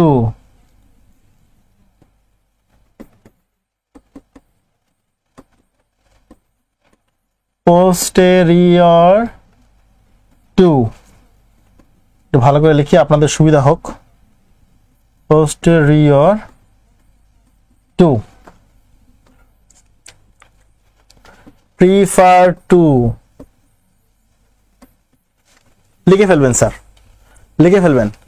হ্যাঁ, অলরেডি পপি কিন্তু লিখে ফেলেছে, সে কিন্তু ক্লাস করেছে আগে, সে কিন্তু মুখস্থ করে ফেলেছে। superior to, superior to, superior to, লিখে ফেলবেন। যখন এই শব্দগুলো থাকে, প্লিজ বলেন, অবশ্যই বলবো মনিরুল সাহেব, অবশ্যই বলবো। ভালো হয় স্যার, দ্যাটস ভেরি গুড, ভালো হয়। He is junior to me, okay, he is junior to me. আচ্ছা, he is better than I হলো, কিন্তু he is junior to I হলো না কেন? একটু জানাবেন কেউ, he is junior to I হলো না কেন? He is better than I হলো, কিন্তু he is junior to I হলো না কেন? He is better than I হলো, কিন্তু he is junior to I হলো না কেন? He is junior to I হলো না কেন? He is junior to I হলো না কেন? যারা আমার প্রিপজিশনের আমার প্রোনাউনের ক্লাসটা যারা করেছিলেন, তারা নিশ্চয়ই জানেন যে প্রোনাউনগুলো প্রিপজিশনের পরে সবসময় অবজেক্টিভ প্রোনাউন বসে। I, me objective pronoun, he, she, he, him, she, her, they, them, it, it, এই অবজেক্টিভ প্রোনাউনগুলো প্রিপজিশনের পরে বসে। ছোটবেলায় একটা ভয়েস চেঞ্জ করেছিলেন, মনে আছে? Rice is eaten by me me কেন বলেছিলেন, আই কেন বলেছিলেন না? কারণ বাই হচ্ছে একটা প্রিপজিশন, প্রিপজিশনের পরে অবজেক্টিভ প্রোনাউন ব্যবহৃত হয়। আশা করি কথাটা বুঝতে পেরেছেন। দেনের পরে সবসময় সাবজেক্টিভ ফর্ম বসে। স্যার এটা বললে কিন্তু একটু ভুল হবে, কারণ দেন হচ্ছে প্যারালাল স্ট্রাকচার, সবসময় সাবজেক্টিভ প্রোনাউন বসে না, অন্য অনেক কিছু বসতে পারে। সেসব কথা আমরা ডিগ্রি অফ কম্পারিজনের ক্লাসে শিখবো ইনশাল্লাহ। যেটা বলছিলাম স্যার, যে junior to, senior to, inferior to, prior to, ulterior to, posterior to, preferred to, superior to। So যারা লাইভে যুক্ত রয়েছেন, কমেন্ট করছেন, আমি দেখতে পাচ্ছি সবাই আমাকে নিয়ে অনেক কিছু বলছেন এবং উত্তর দিচ্ছেন। সবাইকে ধন্যবাদ জানাচ্ছি। বিশ্বজিৎ সহ, ফাতেমা, নাফিস, লাল ফুল সহ অনেকে কমেন্ট করছেন, ধন্যবাদ জানাচ্ছি সবাইকে। একটু চেষ্টা করবেন স্যার ক্লাসে শেয়ার করে রাখার, কারণ আপনি যদি সত্যিকার অর্থে ব্যাংকে জব পেতে চান, ব্যাংকের জন্য প্রিপারেশন নিতে চান, আপনাকে আগে বিগত বছর প্রশ্ন কি এসেছে সেটা অ্যানালাইসিস করতে হবে। আর এখানে কষ্ট করে আপনাকে আর অ্যানালাইসিস করতে হবে না, আমি দায়িত্ব নিয়েছি এখন থেকে ফ্রিতে, একদম ফ্রিতে, ফ্রি অফ কস্ট, ওকে, ফ্রিতে অ্যানালাইসিস করে দিব।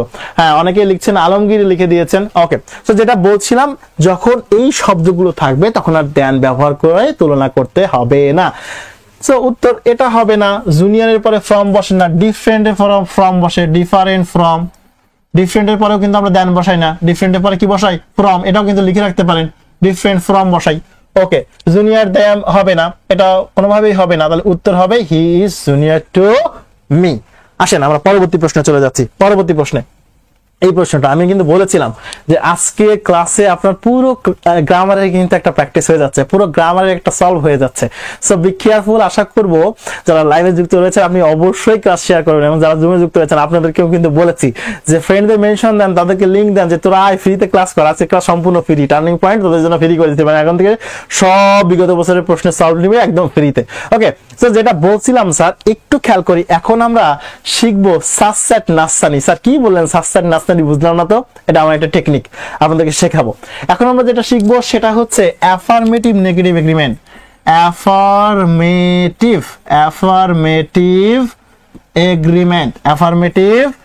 এগ্রিমেন্ট। আর একটা শিখবো নেগেটিভ এগ্রিমেন্ট। কি বললাম? Negative agreement. কি বললাম? Negative agreement. এখানে যে টেকনিকটা দিচ্ছি বিশ্বাস করেন এটা আমি নিজে বানিয়েছি, সো আপনি কোথাও পাবেন না। সো আপনাকে ক্লাস শেয়ার করতেই হবে, কারণ আপনি পরে এটা ভুলে যাবেন। সো খেয়াল করবেন, আপনারা লিখবেন সাসসেট নাসানি। কি বললাম? সাসসেট নাসানি। সাসসেট নাসানি। স্যার কি বলতেছেন? কি বলতেছি একটু পরে বলবেন, বুঝবেন। সাসসেট নাসানি, সাসসেট নাসানি। কি যে দিচ্ছি এটা পরে বুঝবেন। সাসসেট নাসানি। ঠিক আছে, আপনি তো পেইড কোর্সে হয়তো পাবেন না। পেইড কোর্সে তো আমি টপিক ওয়াইজ ক্লাস নিয়ে শুধু ওটা নিয়ে কথা বলি, কিন্তু আজকের যে ক্লাসটা, এই ক্লাসে আমি সব গ্রামার নিয়ে কথা বলতে পারছি। আমার কোনো বাধ্যবাধকতা নেই, আমি সব আপনাকে দিয়ে দিতে পারছি। তো যেটা বলছিলাম, এখন আমরা যেটা শিখবো সেটা হচ্ছে অ্যাফার্মেটিভ এগ্রিমেন্ট, আর একটা হচ্ছে নেগেটিভ এগ্রিমেন্ট। যেমন আমরা বন্ধু বান্ধবকে বলি না যে আমি যাচ্ছি, তুই বলছে, ও বলছে হ্যাঁ আমিও যাচ্ছি, হ্যাঁ, বা আমিও যাচ্ছি কথা বলা লাগে না, তখন বলে আমিও। আমি পড়েছি, তুই না পড়ি নাই, বা আমিও পড়ছি, এরকম বলি না। এই সম্মতি নেওয়াটাকেই আমরা বলি অ্যাফার্মেটিভ এগ্রিমেন্ট, নেগেটিভ এগ্রিমেন্ট। এটা খুব সহজে করা যায়। একটা হচ্ছে সাসসেট, আর এই পাশে বলেছে নেগেটিভের ক্ষেত্রে নাসানি। স্যার আসলে কি বোঝাচ্ছেন? এই অ্যাফার্মেটিভ এগ্রিমেন্টের ক্ষেত্রে আমরা সো অথবা টু ব্যবহার করে থাকি। মনোযোগ দিয়ে শুনতে হয় তার কথা, শুরুতেই তো আপনি একবারে বুঝে ফেলবেন না। সো মনোযোগ দিয়ে কথা শুনবেন, ডেফিনেটলি আপনি বুঝতে পারবেন। সো একটু খেয়াল করেন, এই অ্যাফার্মেটিভ এগ্রিমেন্টের ক্ষেত্রে আমরা সো অথবা টু ব্যবহার করি। তাহলে এই টিতে যে টু, এটা নিশ্চয়ই আপনাকে বলে দেওয়ার দরকার নেই। আর এস তে হচ্ছে আপনার সাবজেক্ট, এটাও আপনাকে বলতে হবে না। শেষে যেহেতু টু বসে, তাহলে শুরুতে বলবে সো, আর এই এস তে তাহলে বসবে সাবজেক্ট। তাহলে সো দিয়ে যদি আপনি উত্তরটা লেখেন তাহলে শুরুতে দিতে হবে সো, আর যদি টু দিয়ে উত্তর লেখেন তাহলে শেষে দিতে হবে টু। স্যার মাঝখানে এ দিয়ে কি বুঝাচ্ছেন? এই এ দিয়ে আমি বুঝাচ্ছি অক্সিলিয়ারি। স্যার এই অক্সিলিয়ারিটা আমরা কই পাবো? এই অক্সিলিয়ারিটা পাবেন আপনি আগের সেন্টেন্স থেকে। কোথা থেকে পাবেন? আগের সেন্টেন্স থেকে। এইখানে দেখেন, এই যে আগের সেন্টেন্স যে অক্সিলিয়ারি আছে সেটা পাবেন। সো অ্যাফার্মেটিভ এগ্রিমেন্টের ক্ষেত্রে আমরা এটা করি, কিন্তু নেগেটিভ এগ্রিমেন্ট এখানে ডিড নট আছে, এটা তো নেগেটিভ এগ্রিমেন্ট। এখানে কি আছে? ডিড নট, তার মানে এটা নেগেটিভ এগ্রিমেন্ট। এখানে নট আছে, এটা হচ্ছে নেগেটিভ এগ্রিমেন্ট। এটা বোঝার জন্য আপনাকে রকেট সায়েন্স জানতে হবে না, ওকে। সো নেগেটিভ এগ্রিমেন্টে আসেন। নেগেটিভ এগ্রিমেন্টে আমরা কি করি? শুরুতে আমরা এন আছে, এনতে আমরা বোঝাই হচ্ছে নেইদার। এনতে আমরা কি বুঝি? নেইদার। আর এই এতে বরাবরের মতোই অক্সিলারি, বরাবরের মতো অক্সিলারি। আমি আগেই বলেছি অক্সিলারিটা কোথায় থেকে নিয়ে আসি? আগের সেন্টেন্সের অক্সিলারিটাকে গ্রহণ করি আমরা। আর এইখানে এস তে আমি বোঝাচ্ছি সাবজেক্ট, ওকে।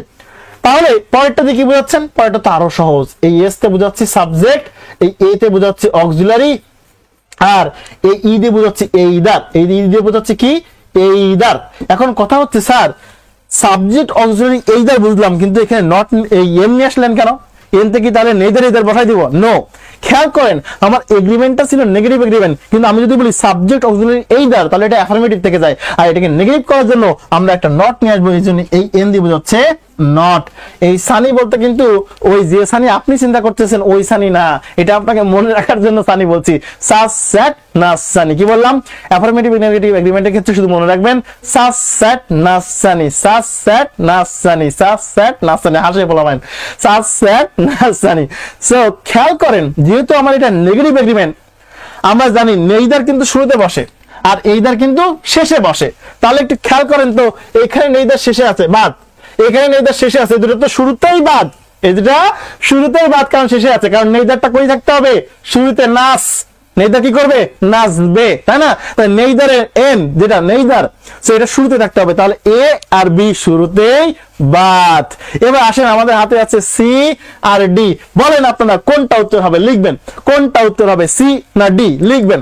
হ্যাঁ, মিম লিখে ফেলেছেন, আশিক লিখেছেন, মহানন্দ সম্ভবত লিখেছেন, অভিক লিখেছেন, তিথি, পপি, ইফাত, এছাড়াও সিনথিয়া সম্ভবত, এবং আব্দুর রাজ্জাক, তামান্না, আরিফা, নিশাত লিখেছেন, আলমগীর লিখেছেন, রিজভি লিখেছেন, এছাড়া মঞ্জুরুলও লিখেছেন। লাইভে যারা যুক্ত রয়েছেন লিখছেন নিশু, ঈশিতা, স্মৃতি লিখেছেন, নাফিস লিখেছেন, লালফুলও লিখেছেন। That's very good. আসেন উত্তর কোনটা হবে আমরা দেখি। আসলে নেইদার, রকেট সায়েন্স জানার কোনো প্রয়োজন নেই, অক্সিলারি, তারপরে সাবজেক্ট আছে আছে, আর এই অক্সিলারি এটা কই পেয়েছেন স্যার? আগের সেন্টেন্সের অক্সিলারি। সো এই যে যেটা দিয়ে দিলাম এটা শিখতে আপনার পুরো ক্লাসও লেগে যেতে পারতো, এমনও আছে। তো যেটা বলে দিলাম, টেকনিক দিলাম কি, সাস স্যাট নাসানি, সাস স্যাট নাসানি, শুনেই তো নাচতে মন চাচ্ছে, সাস স্যাট নাসানি। আসেন আমরা পরবর্তী প্রশ্নে চলে যাচ্ছি। সো এই জন্যই কিন্তু আমি বারবার বলছিলাম যে আজকের ক্লাসটা আপনার মানে অনেক বেশি গুরুত্বপূর্ণ। কারণ কেন?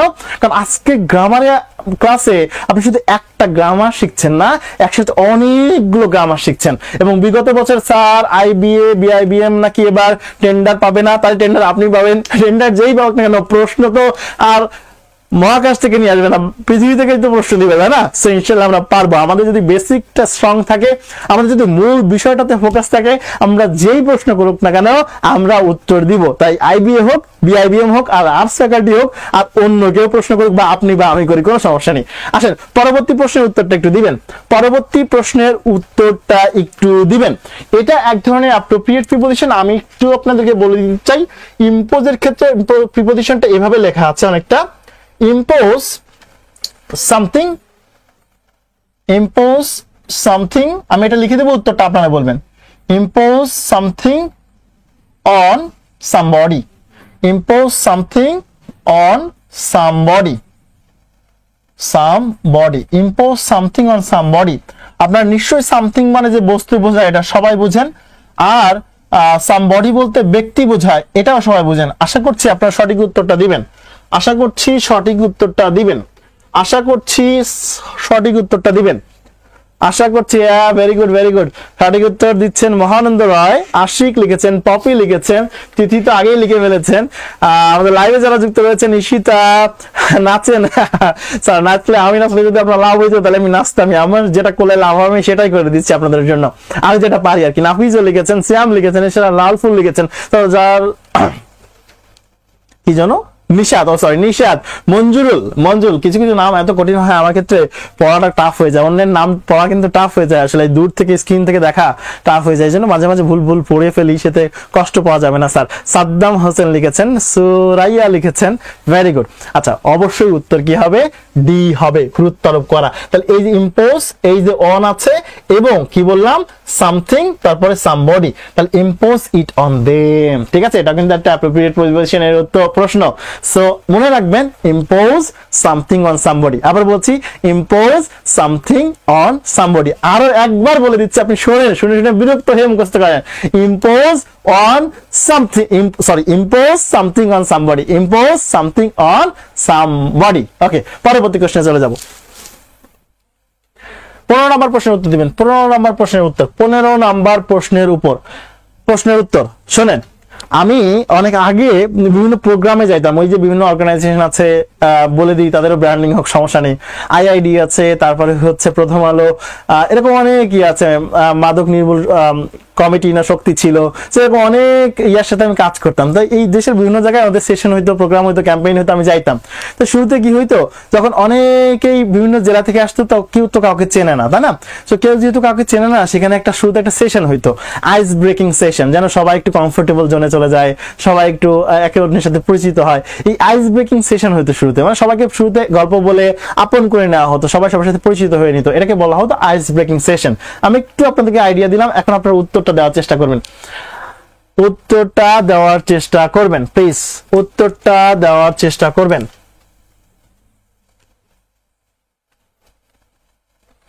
উত্তরটা দেওয়া আছে, হ্যাঁ সবাই অলরেডি বুঝে গিয়েছে, আর কথা শুনে আমার আইডিয়া শুনে এসে বুঝে গিয়েছে।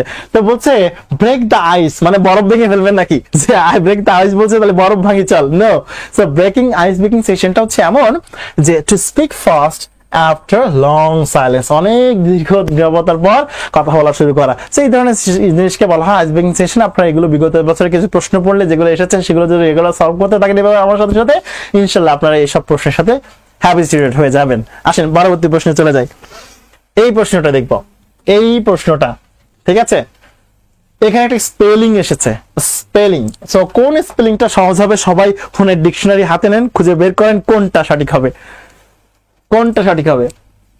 সে টেল লাইট, সে বলেছিল লাইট, সে বলেছিল কি লাইট। তো দেখি সে টেল লাইট কি হয়, সে টেল লাইট, সে টেল লাইট, দেখেন তো বানানো হয়েছে কিনা, সে টেল লাইট, সে টেল লাইট, সে বলেছিল আলো, সে বলেছিল লাইট, সে টেল লাইট, সে টেল। সবাই উত্তর দেখবো, আমি এটা একটু অপেক্ষা করবো, এটা কিন্তু মুখস্থ প্রশ্ন, এখানে আমার আসলে কোনো কেরামতি নেই, তবে আমি কিছু কেরামতি দেখাতে পারি আপনাদেরকে, যেমন সাইকোলজিক্যাল, পিসি চলো যাই কাল, পিসি চলো যাই কাল, সাইকোলজিক্যাল এভাবে বলতে পারি, পিসি চলো যাই কাল, এটা সবাই জানে। যেমন মিথ্যা তুমি 10 পিঁপড়া, লাই ইউ 10 অ্যান্ড, এটা সবাই জানেন আপনারা, মিথ্যা তুমি 10 পিঁপড়া। যেমন গাধার উপরে গাধা, গাধার উপরে গাধা, তার উপরে আমি, তার উপরে জাতি, জাতি ইংরেজি কি নেশন, অ্যাসাসিনেশন। গাধার উপরে গাধা, তার উপরে আমি, তার উপরে জাতি, এইসব প্রশ্ন কিন্তু পরীক্ষায় আসে, এইসব শব্দগুলো কিন্তু পরীক্ষায় আসে। তাহলে গাধার উপরে গাধা, তার উপরে আমি, তার উপরে জাতি, অ্যাসাসিনেশন। লাই ইউ 10, মিথ্যা তুমি 10 পিঁপড়া, উপরে ছিল পিসি চলো যাইকাল। ওকে ওকে, ভেরি গুড, ঠিক আছে, যারা উত্তর দিয়েছেন অসাধারণ কেরামতি, ঠিক আছে, এটা সবাই জানে স্যার। আচ্ছা, যেটা বলছিলাম, সে টেল লাইট, সে বলেছিল লাইট, এইভাবে আপনি একটু মনে রাখবেন, কারণ এগুলোতে স্পেলিং একই ধরনের অনেকগুলো বানান দেওয়া থাকে এদিক ওদিক করে, আমাদের ভুল হয় স্বাভাবিক। সো আপনি যেন ভুল না করেন সেজন্য চেষ্টা করবেন এমন কিছু ভাবে মনে রাখার যেন কোনোভাবেই ভুল না যায়, ঠিক আছে। সো উত্তর হবে সে টেল লাইট, সে টেল লাইট, সে টেল লাইট, সে টেল লাইট, স্যাটেলাইট। ওকে, সে টেল লাইট, সে টেল লাইট, এরকম কয়েকবার বললে কিন্তু আপনার মনে থাকবে, আপনি ভুল করতে পারবেন না ইনশাআল্লাহ, ঠিক আছে। সো স্যাটেলাইট গেল, আমরা পরবর্তী প্রশ্নে চলে যাচ্ছি। এই প্রশ্নের উত্তরটা দিবেন, এই প্রশ্নের উত্তরটা দিবেন।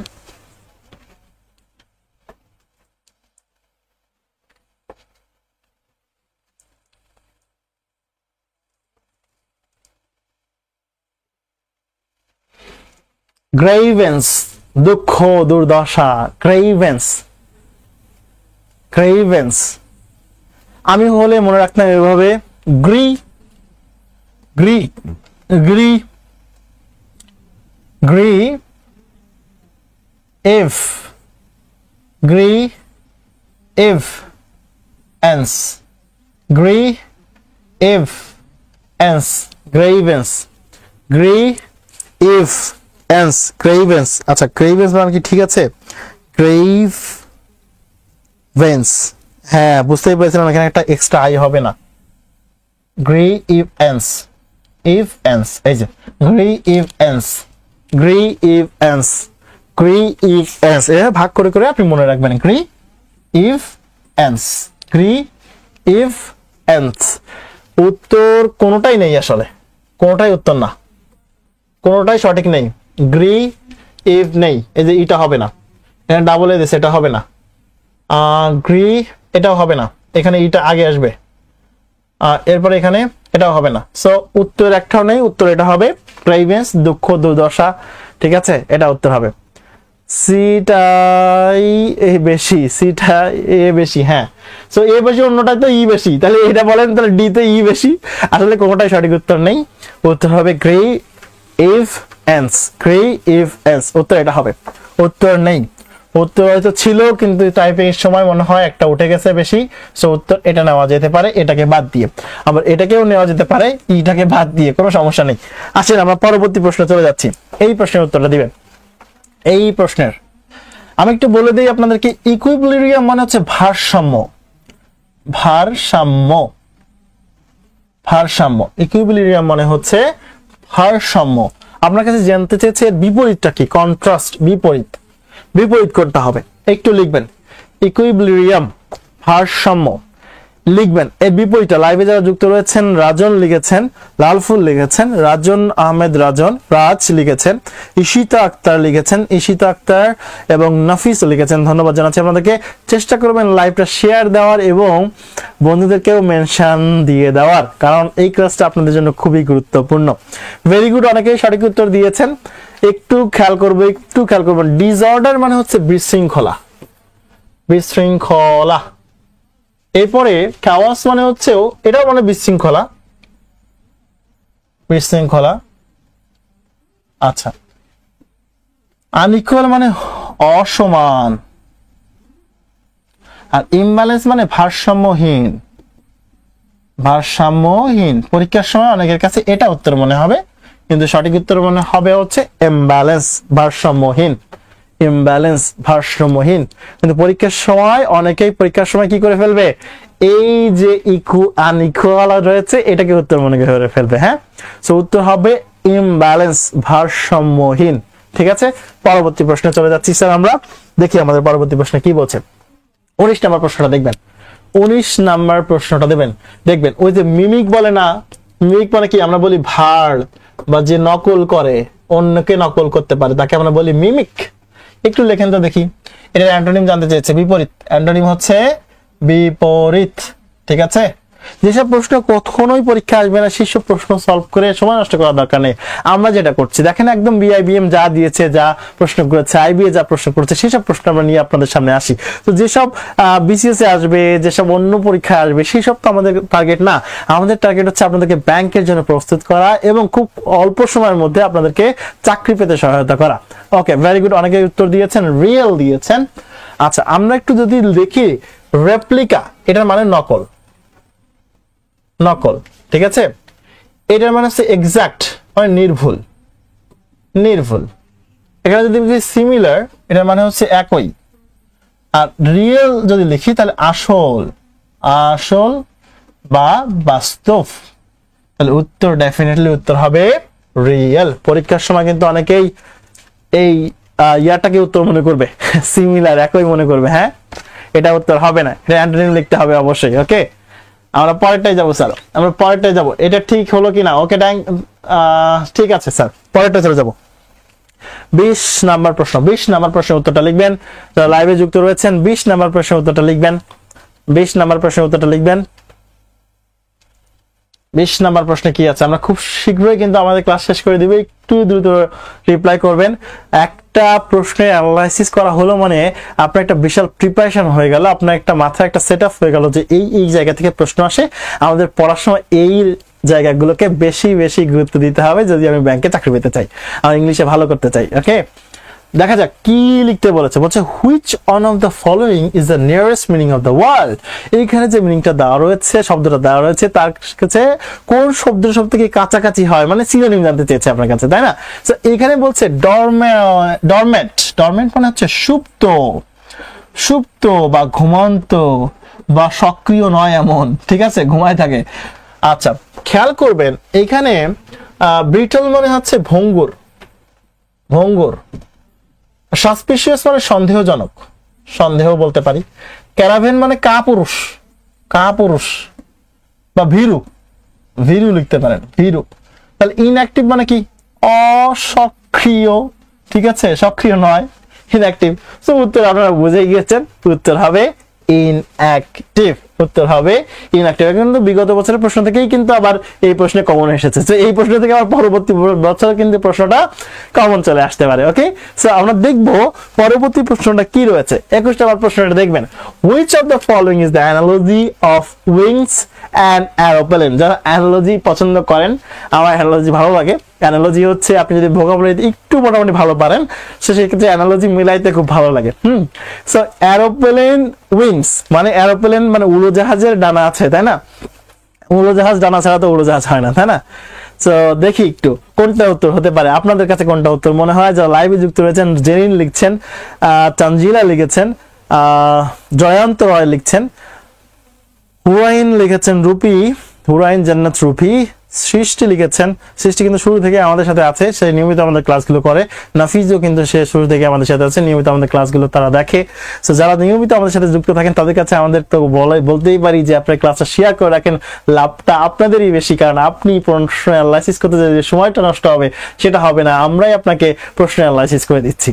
আচ্ছা, খেয়াল করবেন যে এই ফ্লাওয়ার্স মানে হচ্ছে ফুলগুলো, অ্যাটমসফিয়ার মানে আবহাওয়া, ডিরেকশন মানে নির্দেশনা, ওয়াইন্ড মানে বাতাস, রিডার মানে হচ্ছে পাঠক, বুক মানে হচ্ছে বই, আর বাইসাইকেলের আছে কি? হুইল। তাহলে বাইসাইকেলের যেমন চাকা থাকে, হুইল মানে চাকা, ঠিক তেমনি ভাবে বাইসাইকেল তো চাকা ছাড়া হয় না, ঠিক তেমনি ভাবে এরোপ্লেনের কি থাকে? পাখা থাকে, ডানা থাকে, পাখা বা ডানা থাকে। আশা করি বুঝতে পেরেছেন। দ্য অ্যান্সার হুইলস বাইসাইকেল, ঠিক আছে?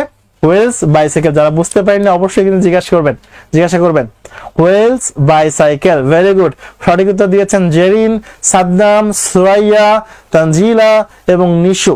আচ্ছা, এদিকে লাইভে কমেন্টে যারা জুমে যুক্ত রয়েছেন, অনন্যা, এছাড়াও আসমা লিখেছেন, মারুফ হোসেন লিখেছেন, মারুফ আদনান, সরি, আর রহমান নাকি রহমান। আচ্ছা, মিম লিখেছেন, মামুন লিখেছেন, সেতু লিখেছেন, SM নাইম লিখেছেন, তামান্না আক্তার লিখছেন, ভেরি গুড। হুরাইন জান্নাত রূপী লিখেছেন, thank you so very much sir. আসেন আমরা পরবর্তী প্রশ্নে চলে যাচ্ছি। 22 নম্বর প্রশ্নে আবারও একটা অ্যানালজি এসেছে, অ্যানালজিটা সলভ করবেন, উত্তর দিবেন, আপনাদের উত্তরের অপেক্ষায় আছি। দেখেন, আমরা কিন্তু চেষ্টা করছি শুধুমাত্র আপনাদের ভালোর জন্য, ফ্রিতে, একদম সম্পূর্ণ ফ্রি অফ কস্টে লাইভে ক্লাস দেওয়ার, প্রশ্নগুলো সলভ করার, শুধুমাত্র আপনাদের জন্য। এবং আপনাদের দেওয়ার উদ্দেশ্য আমাদেরও রয়েছে। আমরাও চাই যে আপনার ক্লাসগুলো শেয়ার দেন, আপনাদের বন্ধু বান্ধবকে জানান, তারাও আমাদের ক্লাসগুলো করুক, তারা আমাদের ক্লাসগুলো দেখুক, তারাও উপকৃত হোক। আচ্ছা, ভেরি গুড। অনেকে বি উত্তর করছেন, আমরা দেখবো কোনটা উত্তর হয় আসলে। যেমন কোন ফলাফলের পিছনে একটা কারণ থাকে, এই ইফেক্ট মানে ফলাফল এর পিছনে একটা কি থাকে? কারণ থাকে। ঠিক তেমনি ভাবে আকাশে মেঘ আছে, সেটা ঠিক আছে, কোনো সমস্যা নেই। আমব্রেলার পিছনে বৃষ্টি থাকে, এটা তো হয় না। মুনের পিছনে সূর্য থাকে, এটাও হয় না। তবে এটা হয়, পুড়ে যাওয়ার পিছনে কিন্তু কারণ হচ্ছে আগুন। কোনো কিছু ফলাফলের পিছনে যেমন কারণ থাকে, যে আমি ফলাফল পেয়েছি কেন? আমি পরীক্ষা দিয়েছি, এই জন্য আমি রেজাল্ট পেয়েছি। পরীক্ষা যে দেয়নি সে কি রেজাল্ট পাবে?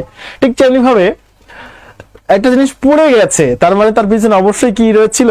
আগুন ছিল। আগুন ছাড়া কি পুড়ে যাওয়া সম্ভব না। তাহলে পুড়ে যাওয়ার পিছনে যেমন আগুনের দোষ থাকে, আগুনের কারণটা থাকে, তেমনি ফলাফল আসার পিছনে কজ থাকে। এই জন্য উত্তর হিসেবে আমরা নিব ফায়ার বার্ন। উত্তর নিব ফায়ার বার্ন। আসেন আমরা পরবর্তী প্রশ্নটা দেখে ফেলবো। এই প্রশ্নটা দেখবেন, এই ধরনের প্রশ্নকে বলা হয় পিন পয়েন্ট এরর। কোথায় ভুল আছে সেটা খুঁজে বের করতে হয়।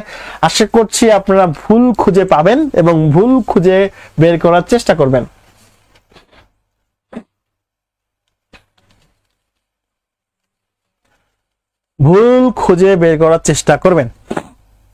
মূলত আমি যদি বলি, এই প্রশ্নে আসলে তেমন কোনো মেজর ভুল নেই, তবে সামান্য একটা ভুল আছে। আমরা এই কাইন্ড শব্দটা লেখা রয়েছে যে it is not the kind of a person. তো কাইন্ড অফ পার্সন না বলে আমরা পার্সনের ক্ষেত্রে কাইন্ড না বলে কি ব্যবহার করি? Type of a person. So কাইন্ডের পরিবর্তে টাইপ। মূলত কাইন্ড দিয়েও আমরা বলতে পারি, কিন্তু যেহেতু এই সেন্টেন্সে মেজর আর কোনো ভুল নেই, সেই জন্য আমরা এটাকে উত্তর হিসেবে নিচ্ছি যে এটাই ভুল আছে। কাইন্ডের পরিবর্তে আমরা কি ব্যবহার করতে পারতাম, টাইপ ব্যবহার করতে পারতাম, তাহলে আমাদের উত্তরটা আরো সমৃদ্ধ হতো, আরো ভালো হতো। তাহলে উত্তর হবে এ, উত্তরটা হবে the kind of a person, এক ধরনের মানুষ বা এক জাতের মানুষ। কথা বুঝতে পেরেছি? আসেন পরবর্তী প্রশ্নটা দেখবো, 23-24 নাম্বার প্রশ্নটাও দেখবেন। এইখানে কিন্তু আমরা ভুল খুঁজে বের করি, ভুল খুঁজে বের করাটাই কিন্তু এখানে উত্তর। এই ধরনের প্রশ্নকে বলা হয় পিন পয়েন্ট এরর, এই ধরনের প্রশ্নকে বলা হয় পিন পয়েন্ট এরর। স্যার তো ভাবি স্যার ভুল নাই, তাই তো ভাবি স্যার ভুল নাই। হ্যাঁ, ভুল আসলেই নাই, এই প্রশ্নে আসলেই ভুল ছিল না, কিন্তু ওই যে জোর করে একটা তো ভুল দিতে হবে, কারণ ওখানে তো নো এর অপশনটা ছিল না, সো আপনাকে তো ভুল দিতেই হবে। তো স্বাভাবিকভাবে যেমন কিছু ভুল দেওয়া যাচ্ছে না, সেক্ষেত্রে আমরা কাইন্ডের পরিবর্তে টাইপ ব্যবহার করতে পারি, কারণ টাইপ ব্যবহার করলে ব্যক্তির ক্ষেত্রে জাতের মানুষ বোঝাবে যে এ টাইপ অফ পারসন অথবা the type of a person, এক ধরনের মানুষ বা এক জাতের মানুষ, এটা বোঝানোর জন্য আমরা কাইন্ড ব্যবহারের পরিবর্তে টাইপ ব্যবহার করে থাকি। ওকে, আসেন আমরা পরবর্তী প্রশ্নটা দেখব। এই প্রশ্নটা খুবই সহজ, খুবই সহজ, অতিরিক্ত সহজ। আমরা ইংরেজিতে রিডান্ডেন্সি নামে একটা কথা শুনেছি, এক সেন্টেন্সে একই কাজ দুইবার করা যায় না বা দুইবার করতে হয় না, তাই না? যেমন একটা সেন্টেন্সে অলরেডি আপনি নেগেটিভ আছে, আবার কিভাবে আপনি নেগেটিভ করবেন? তাহলে তো সেটা আবার প্লাসে প্লাসে মাইনাস হয়ে যেতে পারে, তাই না? সে একটা সেন্টেন্সে যেখানে অলরেডি নেগেটিভ আছে, সেখানে কেন আমি আবার নেগেটিভ করতে যাব? সেটা আমার তো কোনো প্রয়োজন নেই। যেমন আমরা অনেক সময় রিডান্ডেন্সির ক্ষেত্রে বলে ফেলি যে এই ক্যাচ ধর, আরে বাবা ক্যাচই তো ধরেছে, ক্যাচ মানেই তো ধর, আবার ধরবে কি? আবার আমরা বলি এই লেট করলে কিন্তু দেরি হয়ে যাবে, লেট করিস না। আরে বাবা লেট করা মানেই তো দেরি করা, আবার দেরি করবে কি? আবার আমরা ম্যাথ করার সময় স্যাররা বলে থাকেন যে সাপোজ মনে করো, আরে বেড়া সাপোজ মানেই তো মনে করা, আবার মনে করবে কি রে? সো এই যে এইটা যেমন রিডান্ডেন্সি হয়, ঠিক তেমনি হবে কোন সেন্টেন্সে অলরেডি নেগেটিভ রয়েছে, আবার যদি নেগেটিভ করেন তাহলে সেটা এক ধরনের রিডান্ডেন্সি হয়ে যায়, যেটা করা যাবে না। আরেকবার বলছি, সেন্টেন্সে যদি নেগেটিভ শব্দ থাকে তাহলে ওই সেন্টেন্সকে নেগেটিভ করার প্রয়োজন নেই। যেহেতু এই সেন্টেন্সে অলরেডি হার্ডলি ব্যবহার করে ফেলেছেন, তাহলে এই সেন্টেন্স আর ক্যান নট ব্যবহার না করে শুধু ক্যান ইউজ করাটাই সমীচীন, তাহলে সেন্টেন্সটা ঠিক থাকবে। তাহলে আমাদের ভুল আছে এতে। আসেন আমরা লাস্ট কোশ্চেন ফর টুডে, এই প্রশ্নটা দেখব কি বলছে, এই প্রশ্নটা দেখব কি বলছে। লাস্ট কোশ্চেন ফর টুডে দেখব এই প্রশ্নে কি বলছে, কোথায় ভুল আছে। হ্যাঁ, একজন লিখেছেন বাহুল্য দোষ, ভেরি গুড। বাংলা এটাকে আমরা বাহুল্য দোষ বলি, আর ইংলিশের ক্লাসে যেহেতু আমরা আছি তাহলে এটাকে বলছি রিডান্ডেন্সি। অনেকেই বলে যে স্যার নেগেটিভ থাকলে কেন নেগেটিভ করা যাবে না? তখন ওই কথাটা আপনি বলতে পারবেন যে নেগেটিভ থাকলে আরেকটা নট এনে বা ইয়া এনে নেগেটিভ করা যাবে না, এটা ঠিক আছে, কিন্তু এর পরবর্তী কোশ্চেনটা যদি স্যারকে আবার করে ফেলা হয় যে স্যার তাহলে আমাকে একটু বলেন যে কেন করব না নেগেটিভ, আমার ইচ্ছা আমি নেগেটিভ করব, কারণ নেগেটিভ করতে পারবে না এই জন্য, কারণ একই সেন্টেন্সে একই কাজ দুইবার করা যাবে না, তাহলে সেটাও এক ধরনের রিডান্ডেন্সি হয়ে যাবে। And the last question for today, এটাও সেম কোশ্চেন, এখানেও আপনাকে ফাইন্ড আউট দ্য এরর খুঁজে বের করতে হবে। খুঁজে বের করবেন কোথায় ভুল আছে। এখানে অনেকেই অনেক ব্যাখ্যা দিবে, আমার ব্যাখ্যা অনেকের পছন্দ নাও হতে পারে, তবে আমি আপনাদেরকে যে প্রশ্ন ব্যাখ্যাটা দিব সেটা হচ্ছে এ নাম্বার ভুল আছে। অনেকেই বলবে এখানে শ্যাল হবে, কারণ আয়ের পরে শ্যাল বসে, সেটা ঠিক আছে, আয়ের পরে উইলও বসানো যায়। তবে একটা জিনিস আমি আপনাদেরকে বলতে চাই, যদি কোনো সেন্টেন্স অলওয়েজ থাকে, অলওয়েজ এমন একটা অ্যাডভার্ব যেটা প্রেজেন্ট ইনডিফিনাইট টেন্স নির্দেশ করে, তাই ওটাকে আমরা ফিউচার ইনডিফিনিট না করে কিসে করব? এই যে অলওয়েজ মানে সব সময় একটা অভ্যাসগত কাজ বোঝাচ্ছে না, তাহলে সেটাকে প্রেজেন্ট ইনডিফিনিট টেন্সে করতে হবে, আর প্রেজেন্ট ইনডিফিনিট টেন্সে শ্যাল বা উইল না বসিয়ে ভার্বের বেস ফর্ম বসাতে পারি। সেক্ষেত্রে আমার এ নাম্বারই ভুল, কারণ আমার এ নাম্বার তাহলে দেওয়া যাবে না, এটা বলতে পারি। আবার আপনি যদি মনে করেন যে স্যার আয়ের পরে তো আমি উইল বসাবো না, আয়ের পরে আমি কি বসাবো? শ্যাল বসাবো, তো ঠিক আছে, কোনো সমস্যা নেই, আয়ের পরে শ্যাল বসান, সেটাও আপনি ভুল হিসেবে ধরতে পারেন। আপনি ভুল এটা ধরেন বা আমারটাই ধরেন, ভুল আসলে কোনটা হবে? এক নাম্বার, ভুল হবে এক নাম্বার। এরই মধ্য দিয়ে আমরা আমাদের আজকের ক্লাসটি শেষ করে ফেললাম। আপনাদের যদি কোনো প্রশ্ন থাকে অবশ্যই আমাকে করতে পারেন, কোনো সমস্যা নেই। যারা জুমে যুক্ত আছেন তাদের সাথে আমি 2-1 মিনিট কথা বলবো, যারা লাইভে যুক্ত আছেন তাদের কাছ থেকে এখনই বিদায় নিচ্ছি। আল্লাহ হাফেজ, ভালো থাকবেন সবাই, আমাদের সাথে থাকবেন এবং চেষ্টা করবেন ক্লাসগুলো শেয়ার করার এবং বন্ধুদেরকে মেনশন করে ক্লাসটা দেখার সুযোগ করে দিবেন।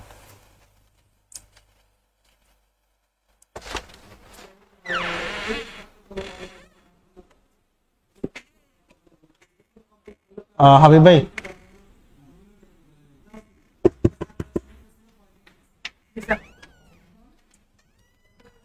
অনেকেই ডি উত্তর মনে করতে পারেন, ডি কিন্তু উত্তর না, আমি বলে দিচ্ছি, এদিকে খেয়াল করবেন। রিমেম্বার আছে, রিমেম্বারের পরে কিন্তু ভার্বের সাথে কি বসে, আইএনজি বসে। সো এটাকে ডি উত্তর হবে না। অনেকে ডি লিখছেন, ডি উত্তর হবে না স্যার। হ্যাঁ, আমি ভেবে চিন্তে বুঝেই উত্তরটা দিয়েছি। হ্যাঁ, okay, thank you so very much. হ্যাঁ স্যার, অ্যান্সার কি উইল থাকবে? না, না উইল থাকবে না। যদি আপনি মনে করেন যে স্যার এটা তো প্রেজেন্ট টেন্সে আছে, অলওয়েজ অভ্যাসগত কাজ বোঝাচ্ছে, তাহলে সেক্ষেত্রে তো আমরা প্রেজেন্ট ইনডিফিনিট টেন্সে করবো। আর প্রেজেন্ট ইনডিফিনিট টেন্সে তো শেয়াল উইল ব্যবহার করতে হয় না, তাহলে আপনি বি ওয়ানই রেখে দিবেন, তার মানেও এই উইলটা রাখবো না, উইল ভুল। ঠিক আছে। আবার যদি কেউ মনে করে না স্যার আয়ের পরে তো উইল বসে না, শিয়াল বসাবো, তাহলে আমি উইলটা বাদ দিয়ে শিয়াল দিচ্ছি, সেই হিসেবে এ ভুল। আপনি যেদিকে চিন্তা করেন না, ভুল আসলে এই হবে। তবে যারা ডি বলছেন, বিশ্বাস করেন ডি উত্তর হবে না। আমি উত্তর বলে দিয়েছি, রিমেম্বার পরে ভার্বের সাথে আইএনজি বসে। স্যার প্রেজেন্ট টেন্সে কি হবে? হ্যাঁ, প্রেজেন্ট টেন্সেই বললাম তো, প্রেজেন্ট টেন্সে হবে বলেই তো আপনি উইলটাকে নেবেন না, উইলটাকে ভুল ধরবেন। কারণ প্রেজেন্ট টেন্সে কি আমরা শিয়াল উইল ব্যবহার করি না। তো আপনি যদি মনে করেন যে প্রেজেন্ট টেন্স, তাও এটা শেয়াল উইলের এ নাম্বার ভুল।